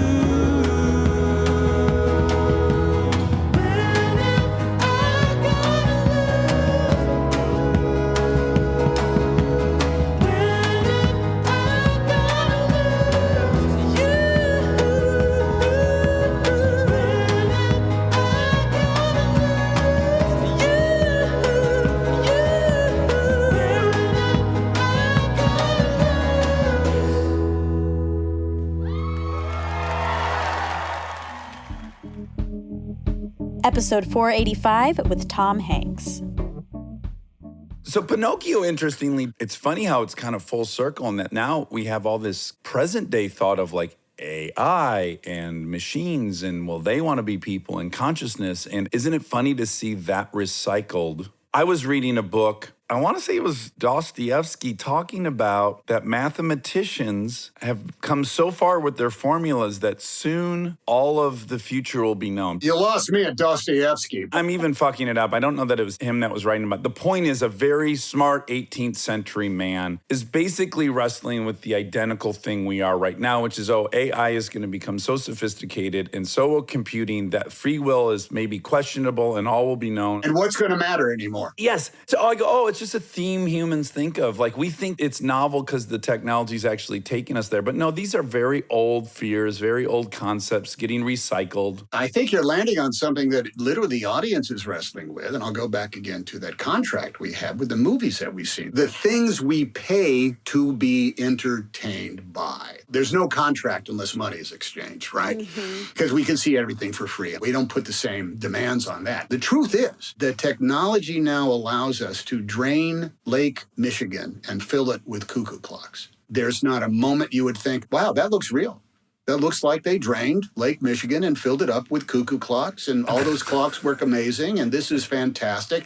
And I know it didn't happen, but it sure looks like it happened. Anything can happen in motion picture stories Now, I'm going to say La Dolce Vita. There's an amazing image that Federico Fellini got of that, and it is the shadow of the Christ Jesus passing over the cityscape. And then you realize it's coming from a helicopter that has lifted up this huge sculpture of Jesus, and it's flying it off somewhere. And the shadow plays over the buildings of Rome. In order to get that shot, you needed a helicopter and a pilot and a heavy statue, and you had to line up the sun. This was a monstrous shot to get that also fraught with danger because helicopter could crash, the thing could fall down. But in order to get that shot, Fellini had to work and work and work. That shot now could be done so easily in no time at all, and it would mean absolutely nothing. So we're getting into the thing, what matters, what holds, what is really the thing that makes being human worthwhile? If we can have a computer-generated pal on screen, or a lady named Siri who answers all of our questions. What has substance? What has value? What has meaning? What makes waking up in the morning worthwhile? When you can hear only the stuff that you want to hear. Yeah. You will not be challenged in any way outside of your own individual comfort zone. And if you can imagine it, you can see it. Here's a ridiculous thing. At the time of Montgolfier's first hot air balloon that went up in Paris, a sight that was gathered to be seen by as many as 400,000 Parisians, that included Ben Franklin, Thomas Edison, and John Adams. 400,000 people would gather on the banks of the Seine and in the public squares of Paris in order to see something they had never seen before, which is men up in the sky, suspended only by this big designed gaseous thing. An impossible event had occurred. At that same time, what was even more impressive to thousands of Parisians would pay admission to see little tiny clockwork human beings and birds flap their wings and tweet and walk and perform and do these little dances. Some of them were life-size. Some were the size of a champagne glass. They were willing to pay livres, 7 livres, in order to take a tour of somebody's workshop, and little figurines looked like they were actually alive. And that was in 1779. Now, that is how desirous we are in order to see life recreated in a way that delights us. And now we're literally at the top of the game. It comes down to that contract. What are we willing to pay for in order to feel more alive than we do? Episode 486 with Jamie Fiore Higgins. I think so many of us think that our identity and our morals and our ethics are poured in concrete, but they're so malleable by who we're around. So malleable and so motivated by money. I always joke that Goldman put the cult in culture because in a lot of ways, it's that cult mentality. The fact that this guy who choked you, you might be able to say, well, he's just a violent misogynist. But no, it's when you go to your boss and then they say, don't contact HR. That's where now you expose that the system itself 100%. Might be contaminated. A lot of the things I did wrong was either by action or just by silence. Yes, right. You're the watching officer. That's right. Yeah. In some ways, I wasn't. Some ways I outright lied when they called me. But in other ways, there were women who complained and I didn't get involved. Yeah. I didn't speak up. And I'm sure in your own motivation of the people under you, you were employing all the tactics that had worked on you. Years later, I was in charge of the intern class. So the guy who locked the door. Yeah. I locked the door. Sure. I'd make people cry. Yeah. And there was a sick part of me that felt like I was on the right side. I had made it. Episode 488 with Lily Reinhardt. Have you made any headway with it? Oh, man. The last 6 months have been actually the worst of it. Oh, it has. Yeah, it took a very large turn for the worst to where I was started to be a disordered eating thing. Okay. Do you know what kicked it off? Are you clear on what kicked it off? I started to gain weight just because you were pregnant. because I was pregnant. That's the headline. I just started to gain weight naturally. I was eating like shit. Like it just naturally started to happen. I was reaching an age where your your body was like, you can't do that anymore. Yeah. So normal. We're not burning at Normal. 3x anymore. Right. Yeah. And so it felt like I couldn't get a handle on it. I was also simultaneously filming my show, so I couldn't take a pause and go figure this out and then come back to it. So it felt like I was going through this deeply personal thing with my body in a very public way. And that was what was so hard to navigate. I was going through these obsessive thoughts about my body, about what I was eating, about all these things, and I couldn't do it in the privacy of my own home. I had people staring at me. I would just feel awful about myself after a fitting. I would text my mom immediately. I was seeing a trainer. I was trying to eat better. I was doing everything I could. It was obsessive. But it also just felt really sad that I couldn't just step away and take care of myself. I had to keep showing up on camera. And it felt like a big betrayal to my body almost, to be like, I'm so sorry, we can't go through this journey in private. And as an actor, no one should ever have to look at yourself as much as we do. There comes a point where people come in to do less looks, touches, whatever. I'm like, I don't want to look at myself again. Thank you. You tell me if there's some shit on my face, wipe it off.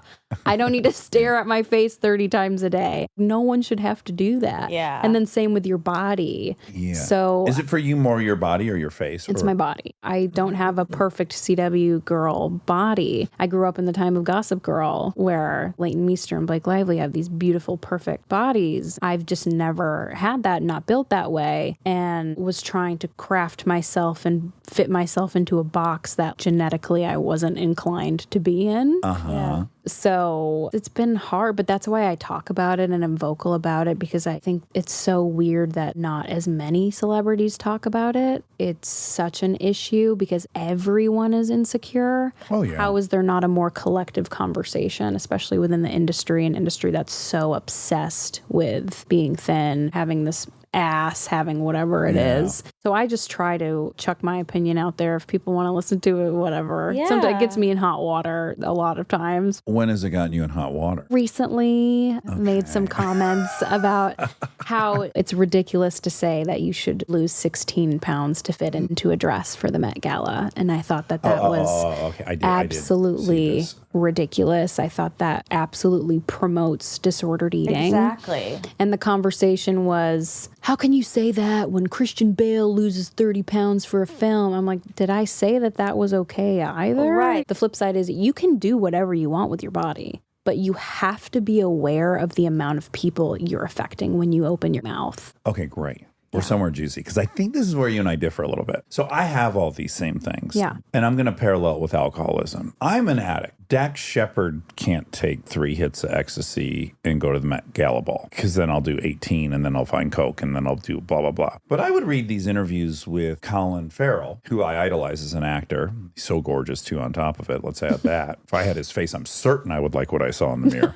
And he would talk all the time about how many drugs he did in interviews. And so my takeaway was this. I like that this dude's honest, A. B, he's not telling me to do that. Sure. I'm the one who can't do that. And I don't know if that person who said they're going to lose 16 pounds to fit in a dress can do that in a healthy way. I don't know, because I don't know that person. I couldn't, or you couldn't. And I do understand that aspect. Again, they're allowed to do whatever. Like, good for them for being honest about what they're doing. They're not ashamed of what they're doing. Here's what I think is important, to draw a distinction between someone who has a problem and who doesn't. Now, if I saw an admitted addict say in a press line, like, no, I'm drinking 3 tonight and it's going to be fine, I would go, I doubt it. Yeah. Like, as someone who said they're an addict, and I'm an addict too, I will call bullshit on that all day long. To me, it's more so the influence that you have on other people. But again, how do I articulate this?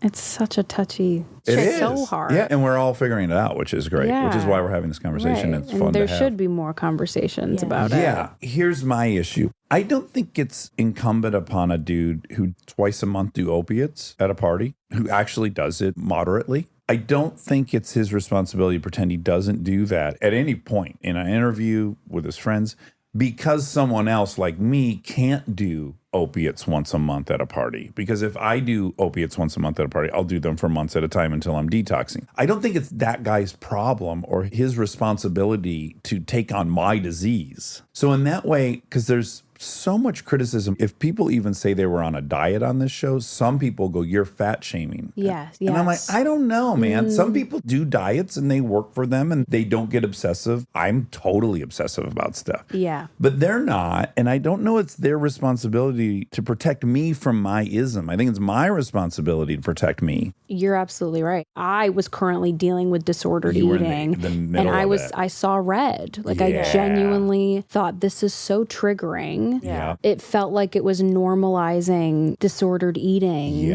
to say that I'm starving. Genuinely, those words were said, I'm starving. For what? You know, that was where, but again, the argument can be made both ways. It was genuinely driven. I posted and made my comments out of a moment where I was purely triggered. Yeah, totally. Yeah. By the way, me even trying to delineate our differences, the big headline of what I'm saying is I love that you talk about it. I'm so happy you talk about it. I have 2 daughters. I'm grateful to you that you talk about it. Thanks.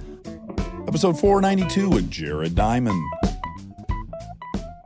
Let's take the diseases that kill the most Americans and Europeans, so-called lifestyle diseases, diabetes and hypertension. Diabetes has a genetic component, and yet natural selection is supposed to favor genes that are good for you, not genes that are bad for you. Why on earth has natural selection resulted in the genes that lead to type 2 diabetes and type 1 diabetes?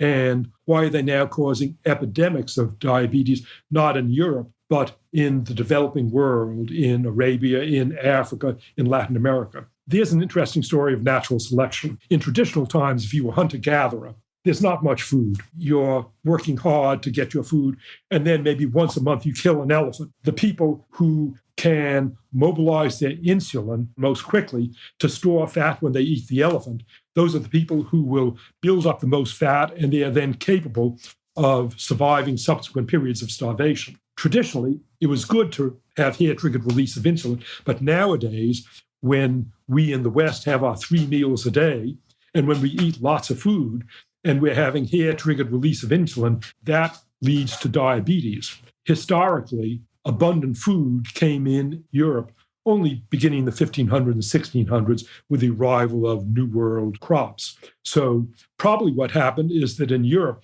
there was a silent epidemic of diabetes in the 1500s and 1600s that killed off Europeans carrying the genes for diabetes, with the result that Europeans today have a low frequency of genes for diabetes. The people with a high frequency of genes for diabetes are everybody other than Europeans. The highest frequency of diabetes in the world today is in China and India. Wow. Oh, wow. Because they've had a Spartan diet and suddenly they're getting on the Western diet, which is now killing them.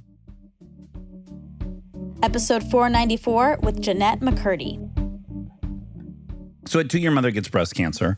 You guys start going to church a lot. And she gets chemo, she gets surgery, she gets bone marrow, she gets everything. Yeah. Right? It's a harrowing experience. Mastectomy, yeah, all of it. A what? A mastectomy? Oh, mastectomy. Yeah, I yeah. thought you said a vasectomy. I was like, wow, this is a turn I wasn't expecting. Okay, and to me, I guess chronologically, this is where it starts getting weird. Is she has a videotape of the experience, bald in the hospital, you guys there, and then she plays it pretty often. Growing up, yeah? For you guys? For us, she went into remission. The doctors said to her face, or so I'm told, this is miraculous. It defies our medical understanding was the phrase that she returned to often. But she would play this video for us. We would have like a weekly viewing of it, usually after church. And it was her singing us songs with the intention of this is going to be kind of the memory that my kids will have of me. I'm going to sing each of their favorite songs to them, their bedtime songs. And she would replay this video every week for us to watch and really wanted us to be kind of sad when we were watching it and really live in the tragedy and the trauma of what that was like. And she would single out and praise your one brother because it was too much for him to even handle, and he'd have to go and sit in the hallway. And she liked that. Yeah, exactly. My brother Marcus would have to go off in the hallway because he couldn't handle it. He was the oldest, and she would always say like, "Wow, Marcus, look at him. He just couldn't handle it." But in this very like romanticized, glittery he was way, proving his love for her by showing pain. Yeah, and she'd get quite mad at me because I was singing Jingle Bells. I was 2, and I was just like, Jingle Bells, like screaming. Yeah. I don't know why I was doing that. Maybe I sensed that it was too heavy and I was trying to make it You would probably lighter. disassociate or something, yeah. Right? Okay, you have like a sledgehammer of a sentence in there that says, she needed us to be nothing without her. Oof. I think that's one of the more devastating pieces to me, is that I think she had the capacity to be really bright and helpful, what she could have been and how influential I think she could have been if she'd only channeled that thing in her for good instead of letting it be that toxic stranglehold. Destructive thing. I wish I could have seen it. I'm sure everybody in my family does. We all saw there was something there. Yeah, and we're not there yet to compassion, but it's almost like she was putting everything into you she somehow couldn't put into herself. She didn't show up for herself. Why? Yeah. But she showed up for you, in, albeit a fucking weird, toxic way. She gave it her all with you. Episode 495 with Saul Kaysen. Oh my God, the internalized false confessions. The first time I discovered this, I did not have psychology to turn to. It was 1978. I had just gotten my PhD. I was doing jury research with Larry Reitzman, starting to get interested in confessions, in part because I saw that juries thought confessions were near perfect, and in part because I read an interrogation manual which scared the hell out of me. And at that point, I went back to the library and found a book about a case of a kid named Peter Riley from 1973 in Canaan, Connecticut. Riley was 18 years old. Now, I was in graduate school in Connecticut, so we're about the same age. And while I was applying to graduate school, he was being induced into confessing to killing his mother. He comes home at the end of a day, and there's his mother having been mutilated, stabbed. Ugh. There was blood everywhere. He calls 911. They interrogate him for hours. He was a good kid. He had no problem or conflict with his mother. Everybody who knew him said this is inconceivable. And yet, after the course of several hours of interrogation, and he continued to tell the same story about coming home and finding his mother the way he did, detective said, "Are you willing to take a lie detector test?" And he said yes. And they administered it, or so they said. They came back with the result. "Peter, the test shows that you're being deceptive, that you lied." He said, "That's not possible." There is an audio of this session that resulted in a transcript. And when you read the transcript, it's horrifying. He transitions from adamant denial to, is it possible somebody could do this and not know it? Mm-hmm. And the conversation turns to memory, consciousness, the possibility of having a blackout because of the unpleasantness of what you did. He caves a bit and he says, "I guess I did it." He uses not the language of memory, but the language of inference. He is deducing that he must have done it because, after all, you have this scientific evidence through the polygraph. And then he finally says, "It looks like I did it. I can't believe I did it. I must have slashed her with my razor knife that I used for my model airplane."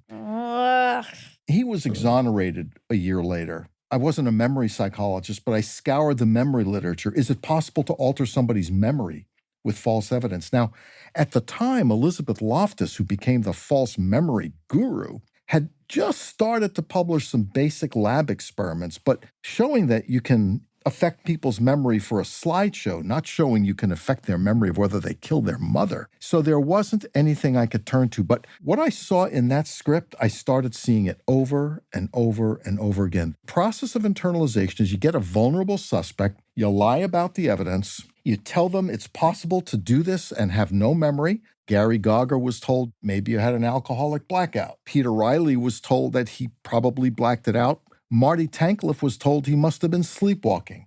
Michael Crow was told that there's a good Michael and a bad Michael, and the good Michael remained asleep while the bad Michael killed his sister. This is what is uniquely diabolical about these situations, is they are both causing the trauma and the accusation, and they're also comforting. Yes. Episode 497 with Kevin Bacon.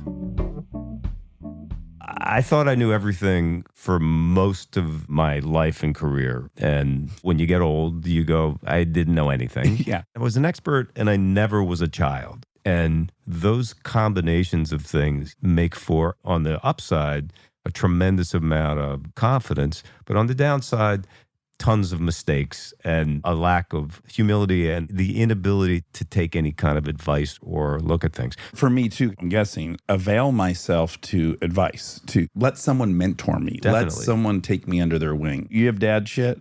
Not that I have dad shit. My desire for fame is a direct result of the fact that my father was well known in Philadelphia. Oh. You're the baby of 6? I'm the youngest of 6, yeah. Yeah, so attention's not widely available. Definitely was not. But I never felt like, oh, geez, my parents don't pay any attention to me. I didn't want the attention. I wanted to just do my own thing and get out of the house and build it myself. Yeah.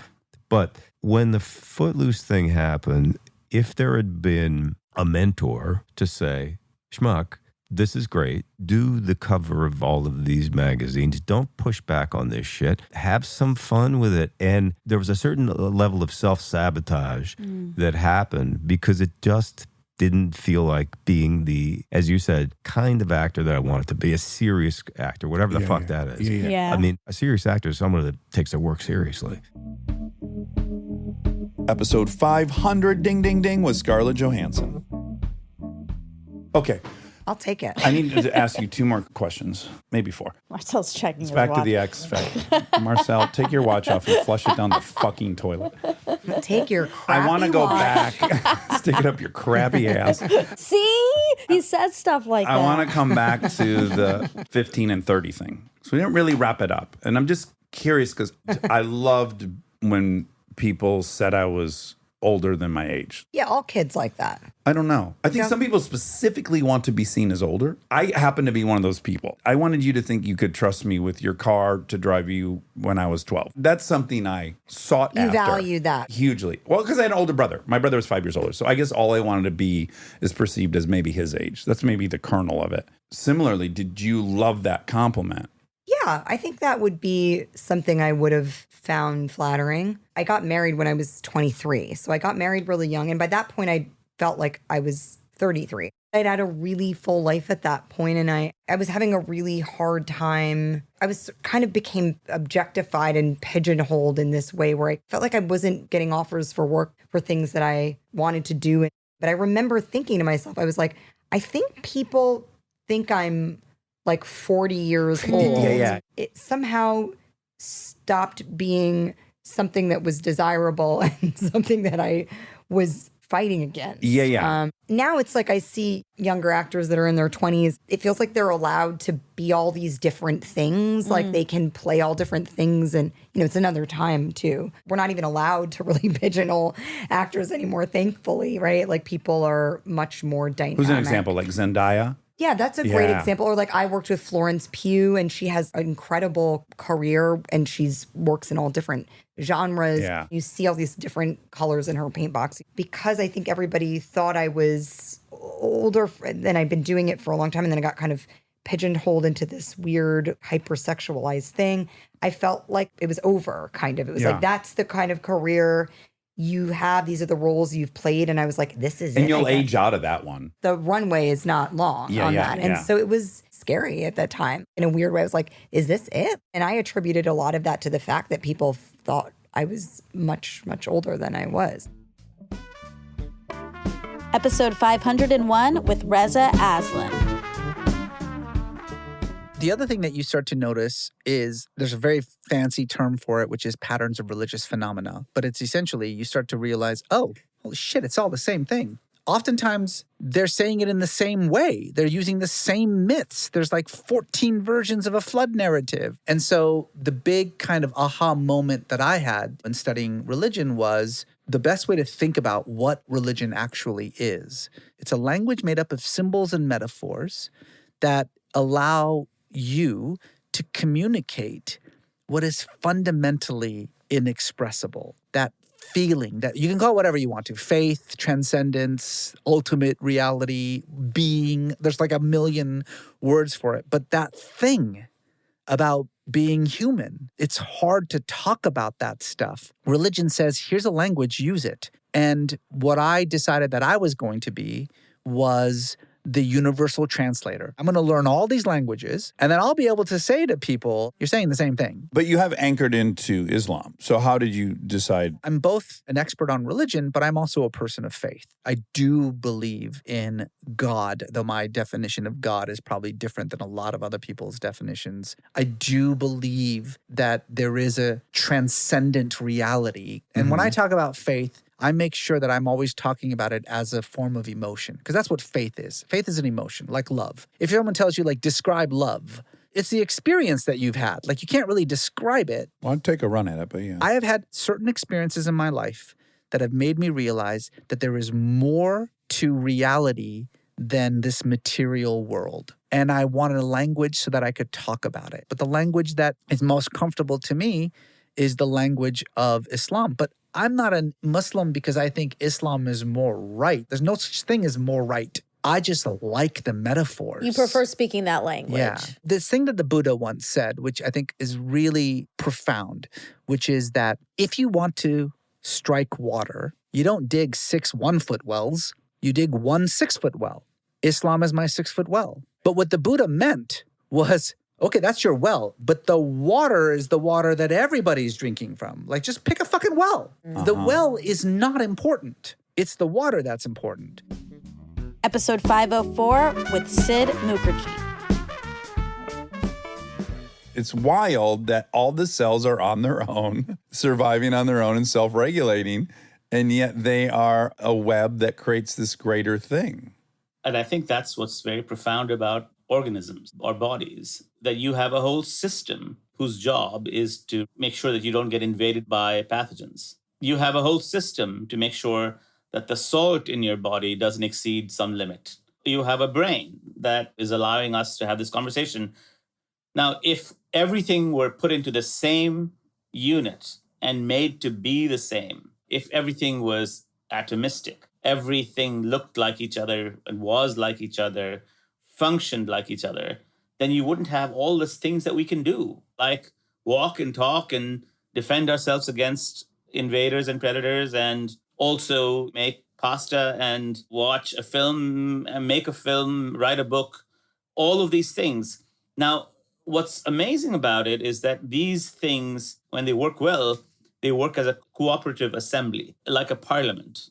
And another thing that the book talks about is that over and over again, in laboratory experiments, in genetic experiments, etc., scientists have found that this kind of assembly of various parts, cells, carries an evolutionary advantage, because evolution over and over again selected for multicellular organisms, even though single-celled organisms like bacteria are extraordinarily successful. They live in all sorts of places. They're living in our bodies. They're living between our teeth. But somehow, in terms of natural selection, this kind of cooperative assembly with functional specialization, your immune cell defending our body against predators, your brain acting as a master coordinator of your actions and your thoughts, your muscles moving dynamically in space so that you can move yourself in space.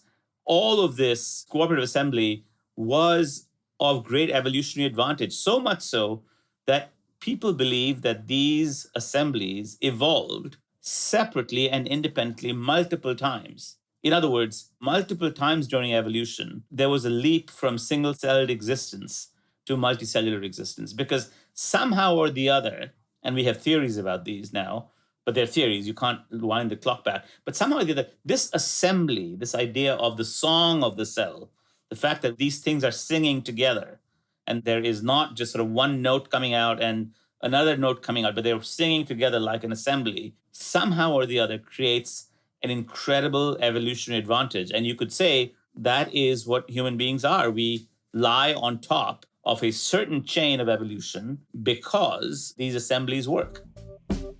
Episode 506 with Sheesh Bussin' Minaj, aka Hassan Minaj. We had you on some years ago. I adored you. I think I made that very clear. No. Thinks you're his brother. You left and I adored you. I even thought in my head, somehow he and I can be friends at some point. I'm going to say a year later, I get an email from my publicist that says, wow, this you and Hassan thing's really blowing up online. And I'm like, what me and Hassan thing? And then he sends me like 10 articles. Now, here's my recollection. I'm open to you correcting it. You were involved with some kind of interview. Vanity Fair lie detector test. Okay. Yeah, no, we got it. Let's paint the picture. Because we can't go to archival. Continue. She's happening right now. Like, I love you so much. Okay.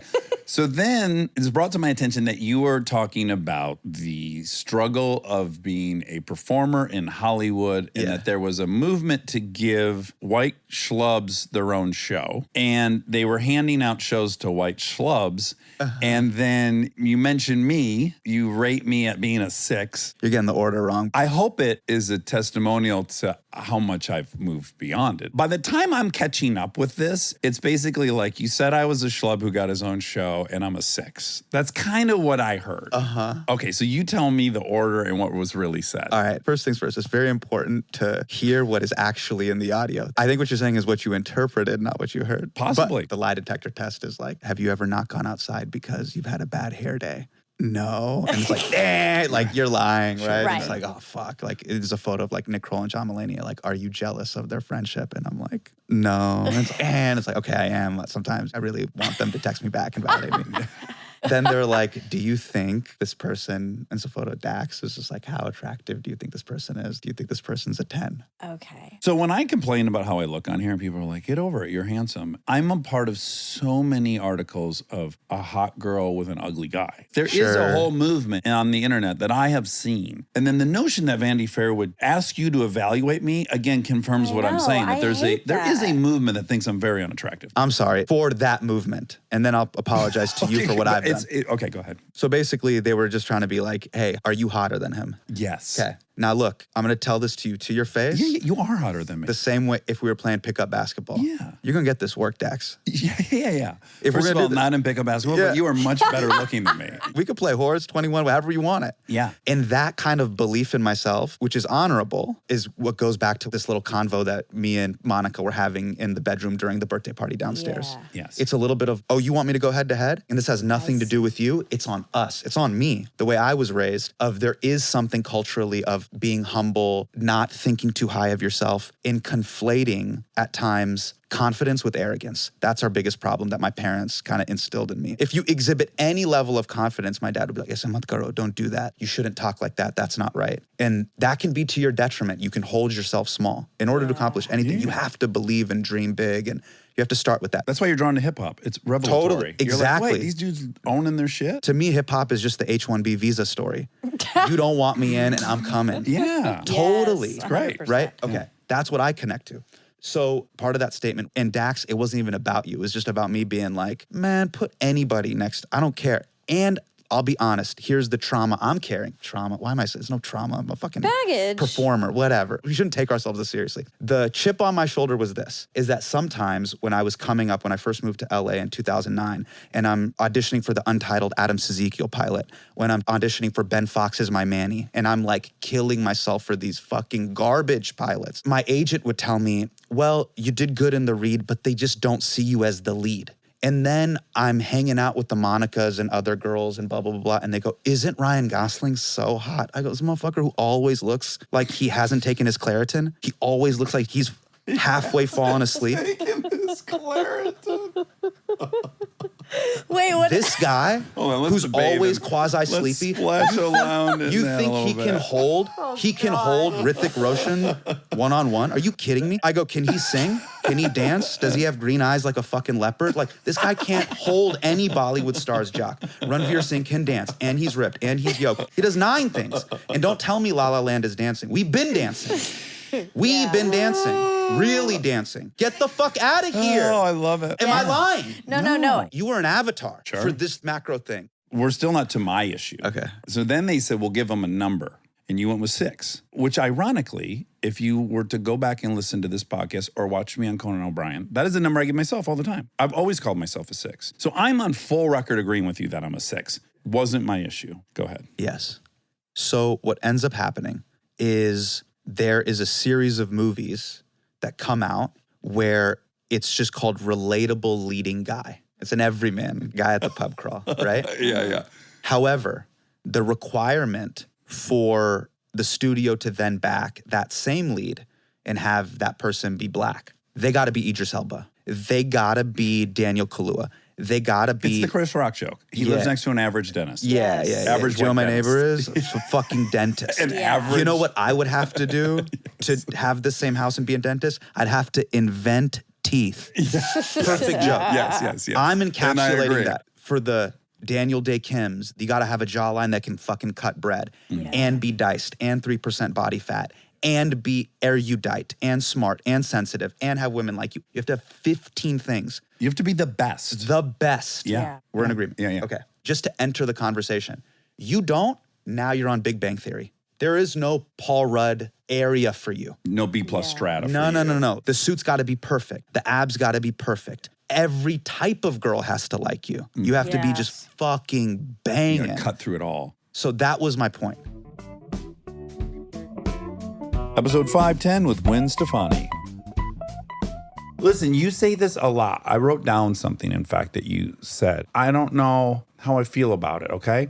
This is a quote from the New York Times. You just said it, and then I had written down something different, but in the same vein that you had said in 2016 in the New York Times. Extraordinary things have happened to a not extraordinary person, like a regular person, and it keeps blowing my mind. I want to know, and this is a true question. I don't have a judgment on it. The insecurity, the belief that you're not extraordinary, despite all the evidence that you are, is it vital for what you've created, or was it in your way? Like, I can tell you, the aliens come down, they look at your life, whatever you think is the answer, they go, oh, extraordinary person. Extraordinary. This person went into singing, they had this, then they went solo, then they go on TV. Extraordinary life. I just know that everything that ever happened, it just appeared. And it was like, it really truly was like a mind-blowing thing for myself. Now, not until later, when I got further into my spirituality and actually reading the Bible or actually listening to podcasts of preachers that were explaining the Bible, because I don't read very good. Yeah. Well, even and if you it's can read, confusing. that's It's very unreadable hard. text. But yeah. like Jesus was onto something. I mean, he had some really good stuff. So what I'm saying is I felt like I could not only admit that I was gifted, but also know that if I didn't admit it, that was kind of disrespectful too. So kind of that whole thing when I said I went to the teleprompter and I was like, okay, listen, get over it. Yeah. You got a D in speech in college, but you're not a D. Like you got to move forward. You're here, So, you've been here for 3 decades. But I think that the naive part of me, the way that I wrote, because I was dyslexic, because there was no rules in songs, that it didn't matter how I spelled. I didn't have to follow grammar or rules. I just was following my truth, my heart, my story. And every time that I kept being me, which was like, okay, I'm just going to wear this because I don't like my legs or whatever it was. Ended up being the reason why I am the success that I am. Episode 513 with Constance Wu. I then knew about your tweet. Of course, that got to me.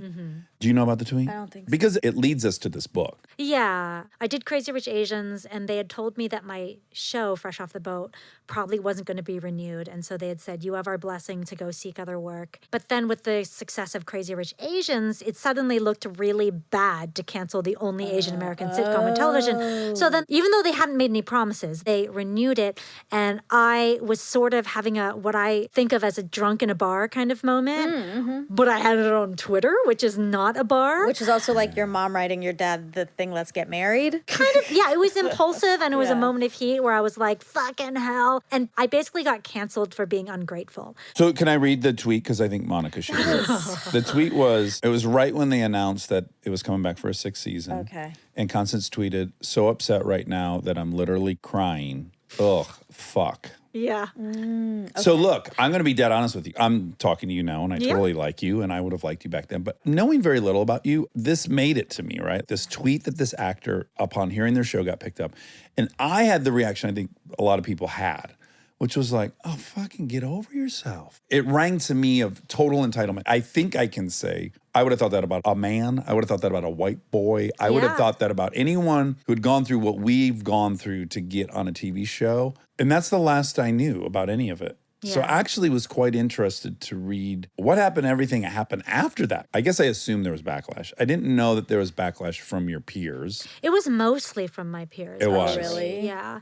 And Asian peers, which is really important. Yeah, that's what I mean. Yeah. Not my peers, like the people who actually knew me. Yeah, it was people who didn't know me. You say you think that you would have felt that way about a male who tweeted the same thing. Yeah. I don't think you would have felt that way about a personal friend who you knew their experience. You just would have thought the tweet was like, whoops, don't do that. Whoops, but you wouldn't have thought, oh, get over it. Because in my book, I talk about, this makes me upset to talk about, but I talk about the beginning of that show, how on set I experienced a lot of sexual harassment and intimidation, and how I kept my mouth shut about it for so many years because I was trying to sort of preserve the reputation of the show for Asian American representation, for everybody whose jobs were on the show. Because if I'd come out that first season and said the Asian American male producer of this show sexually harassed me, threatened me, intimidated me, I have all these fucking receipts, the show would have been canceled. And it would have sullied the one shining beacon of hope for Asian Americans.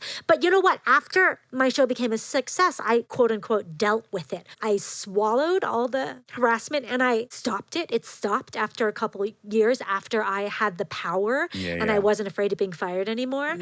But the thing is, with pain or feelings, they don't go away just because you will them to go away. Right. Or even if you've removed the initial quote threat, it doesn't mean that you're healed from that. It was really hard for me to be on that set, even though I loved everybody on that set. But whenever I saw somebody being buddy-buddy with this producer, it felt like a betrayal every single time. And so I was never able to be myself on set. I was never able to just relax and be Constance on set because I was always on edge because of that. And it was also doubly painful because he treated other women with the utmost respect. He saved his misogyny and power plays for Asian women, which was interesting because I have since heard stories from other Asian women, because this was pre-Me Too movement, who have had the same experience with him. But then you would see him revere our white and black female directors with such respect. Yeah. Do you have an explanation for that? I think it has a lot to do with a lot of East Asian cultures are very patriarchal.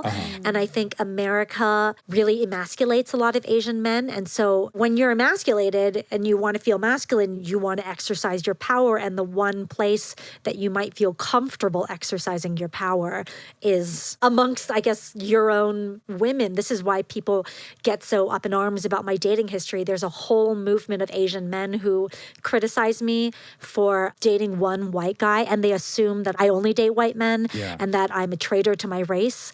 And this is a reflection of a much bigger system that's causing these strange, irrational emotions. But regardless of where it came from, I was the recipient of this abuse, and I was the sole recipient of it. And I swallowed it and held it in for 6 years.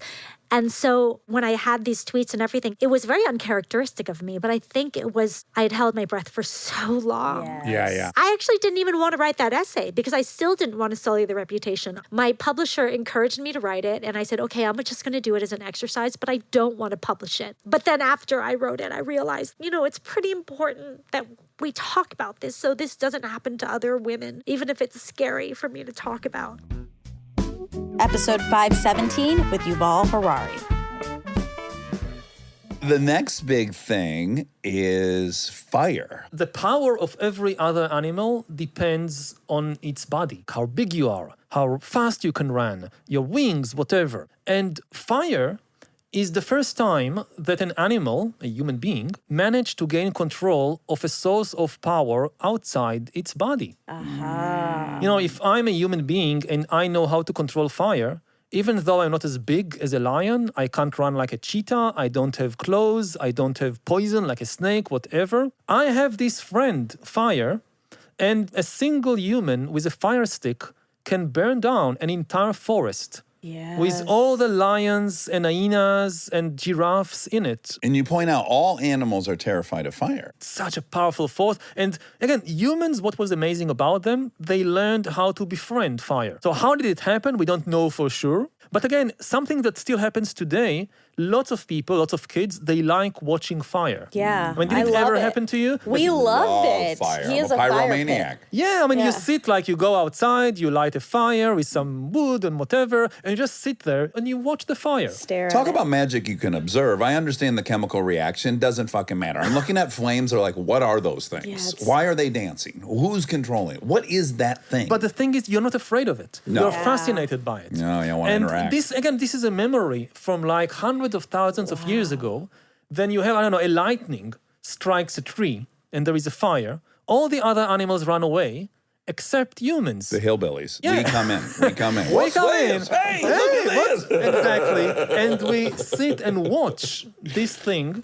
Yeah. And this is how we learn to befriend it. For instance, we learn, hey, you can take a stick, place it inside the kind of flaming tree. One side of the stick is burning, but you can hold on to the other side and you take it away and you now have fire on a stick. Yeah. And you can now use this stick fire to drive away the lions and the hyenas or to burn down forests. Think about it. It's a lightsaber. Like, Well, we take it and for then- granted. It is yeah. like the ultimate weapon if Well, you're defenseless. And then a couple steps later, we have AK-47s. Yes. That's where that comes from. And there is another connection there because one thing that fire did was transform our brain, actually. So we could invent things like AK-47s. Yeah. Because before fire, much of the energy of the human body, it went to digesting food. Like you eat raw food and you have to The spend... marrow. The marrow and the fruits and whatever. And you have to spend a lot of time chewing it and then a lot of time digesting it. The great thing he points out to the children reading the book is next time someone in your house is cutting up a potato to prepare in the oven, ask for a little bite of it or a lick first. It opened up an entirely different world of things we could even consume. There's so many things we can't actually eat unless they're cooked. Absolutely. Right. And also, again, it takes much less time, much less effort, because it's like outsourcing. Like we today outsource, production to another country. So fire is like outsourcing the difficult job of digesting food from our stomach to an outside fireplace. Yeah. And then this saves so much energy. And where does this energy go? To the brain. Boom. You said, so in writing this book, you're basically saying to children, do I want them to carry my ideas, my religions, my wars, my memories? Here, kid, I carried these up to here. Now you carry them. Or do I want to help liberate them from their fears, their illusions, their misery? See these kids? I got stuck with them for years. Be careful. You don't have to pick them up. Oof, good. Bam! It's good. Bam! Episode 522 with Jordan Peele.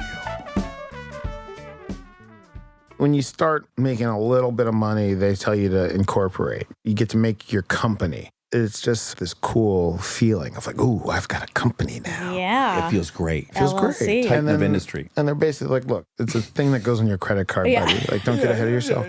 But to me, I just bought into the sauce and sort of thought you did the same thing. Guess what mine's named? What is it? You want to talk parallels? Okay. Primate. Oh, shit. See? Oh, yeah, that's right. There is something happening there, isn't there? I didn't even put that one together till just There this is moment. something My happening corp there. is primate. Well, there is something happening, right? There's like suspicious is going on. It's very sin. To come up with our corporation, we're trying to pick up with something that we feel like represents us. Why monkey paw? Yeah. This thing about luck that you started with. It's the terms of magic that I think are cool to me. Horror magic is the magic of chance. Because what is the historical, like, what does monkey paw represent? There's a short story by a guy named W.W. Burroughs. It was written 1918 or something. It's this Faustian story, okay? So there's a trinket that's a monkey paw.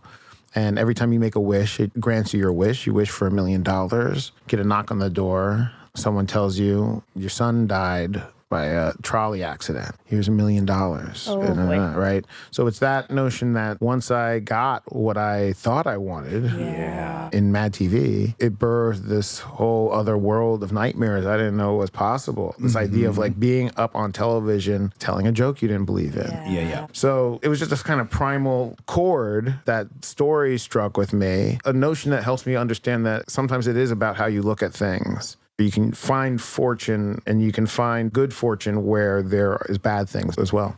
Can I suggest it's a declaration that I'm going to play this game, but I'm in on it? Like, I know Which what's could happening. be a little bit of ego preservation. I personally do a lot of stuff like this. Yeah, I'm playing this game, but I know why I'm playing this game. That sounds right. That sounds right. Like, I'm not being taken advantage of. That thing you're saying in the beginning about allowing yourself to have your power, allowing yourself to feel in control. Play hooky. Well, the downside of it for me, because I do this pathologically destructively, I guess I'm afraid of embarrassment. I guess maybe that's the ultimate fear, is like, I'm going to be humiliated. And for me, the deepest humiliation would be, you caught me believing in myself. Dax, that's... It hurts. Episode 510 with Gwen Stefani. Happy Halloween to you and your friends. Robots are welcome at this party. But please don't go in the bathtub because you'll rust. Oh, Yeah, that's it's a warning. That's so cute. It's a hit new song by Devo. Robots are welcome at this party. We only ask that you do not go in the bathtub. Because you will become rusty nails. Rusty. I don't know. We need a chorus. I just liked it because you were looking out for the robot. Yeah, of course. It was sweet. I know the water looks inviting, but you are made of metal and you will seize up. Like me. Yeah, it's like the snowman in Frozen. He wants to go in the sunshine. He doesn't know better. You're right. This is old. This is a time. This is a wine. Tale as old as time. It's a tale as old as time. It also reminds you, conjures up the Tin Man wanting a heart. He wants to get in the tub like human boys do. Does he? I mean, that's what the Tin Man wanted to be human. He wanted a heart. He wanted a heart, but he didn't want to get in the tub. But that's what boys do. Well, if I had a heart, I could get. If I only had a brain. That's not him. That's the lion. No, he wanted courage. Wow. He wanted courage. It is Halloween. It is Halloween. Scarecrow. He's who wanted a brain. Oh, ding, ding, ding. This is a robot party. Come on in, wipe your metal feet on the door. You may see a bathtub full of water. Do not get inside, it's not for you. You're not a boy, but you're welcome to party here anyways. Wait, you forgot the rust part, my favorite part. As inviting as the bathtub looks, you will become very rusty if you submerge yourself like a little boy, which you are not. But again, you're welcome to party all night. Wipe your metal feet at the door. It took you getting delirious before you could enjoy one of my songs. I'm going to mark this. In my game plan, strategy notes, I'm going to be like, okay, there is a moment I can slide these in. Wait, I love the idea of a little... Wait, you're doing it again. Can I come to your party? God. I already let you do so much. And then you had to keep going. Meep, meep. For some reason, that's how the robot knocks on the door. Meep, meep. I heard the sounds of a party. Meep, meep. You're right. We're hosting a party. Meep, meep. All robots welcome. Why is he knocking over? Is this a party that welcomes robots? You better believe we always invite robots. Okay. Okay. That song is called Wipe Your Metal Feet at the Door. Wipe your metal feet on the door. You will notice there's Brillo pads to get the stuff off the metal. Okay, that's Wipe Your Metal Feet at the Door by Dax Shepard. Stop. I just love the idea of a little robot wiping his feet at the door. Yes, and you got to put a little bit of steel wool to get the rust off of his little metal feet. And that's there so they are not tempted to dip their feet in the tub to wash them off. Oh, I see. Yes. Right. All right.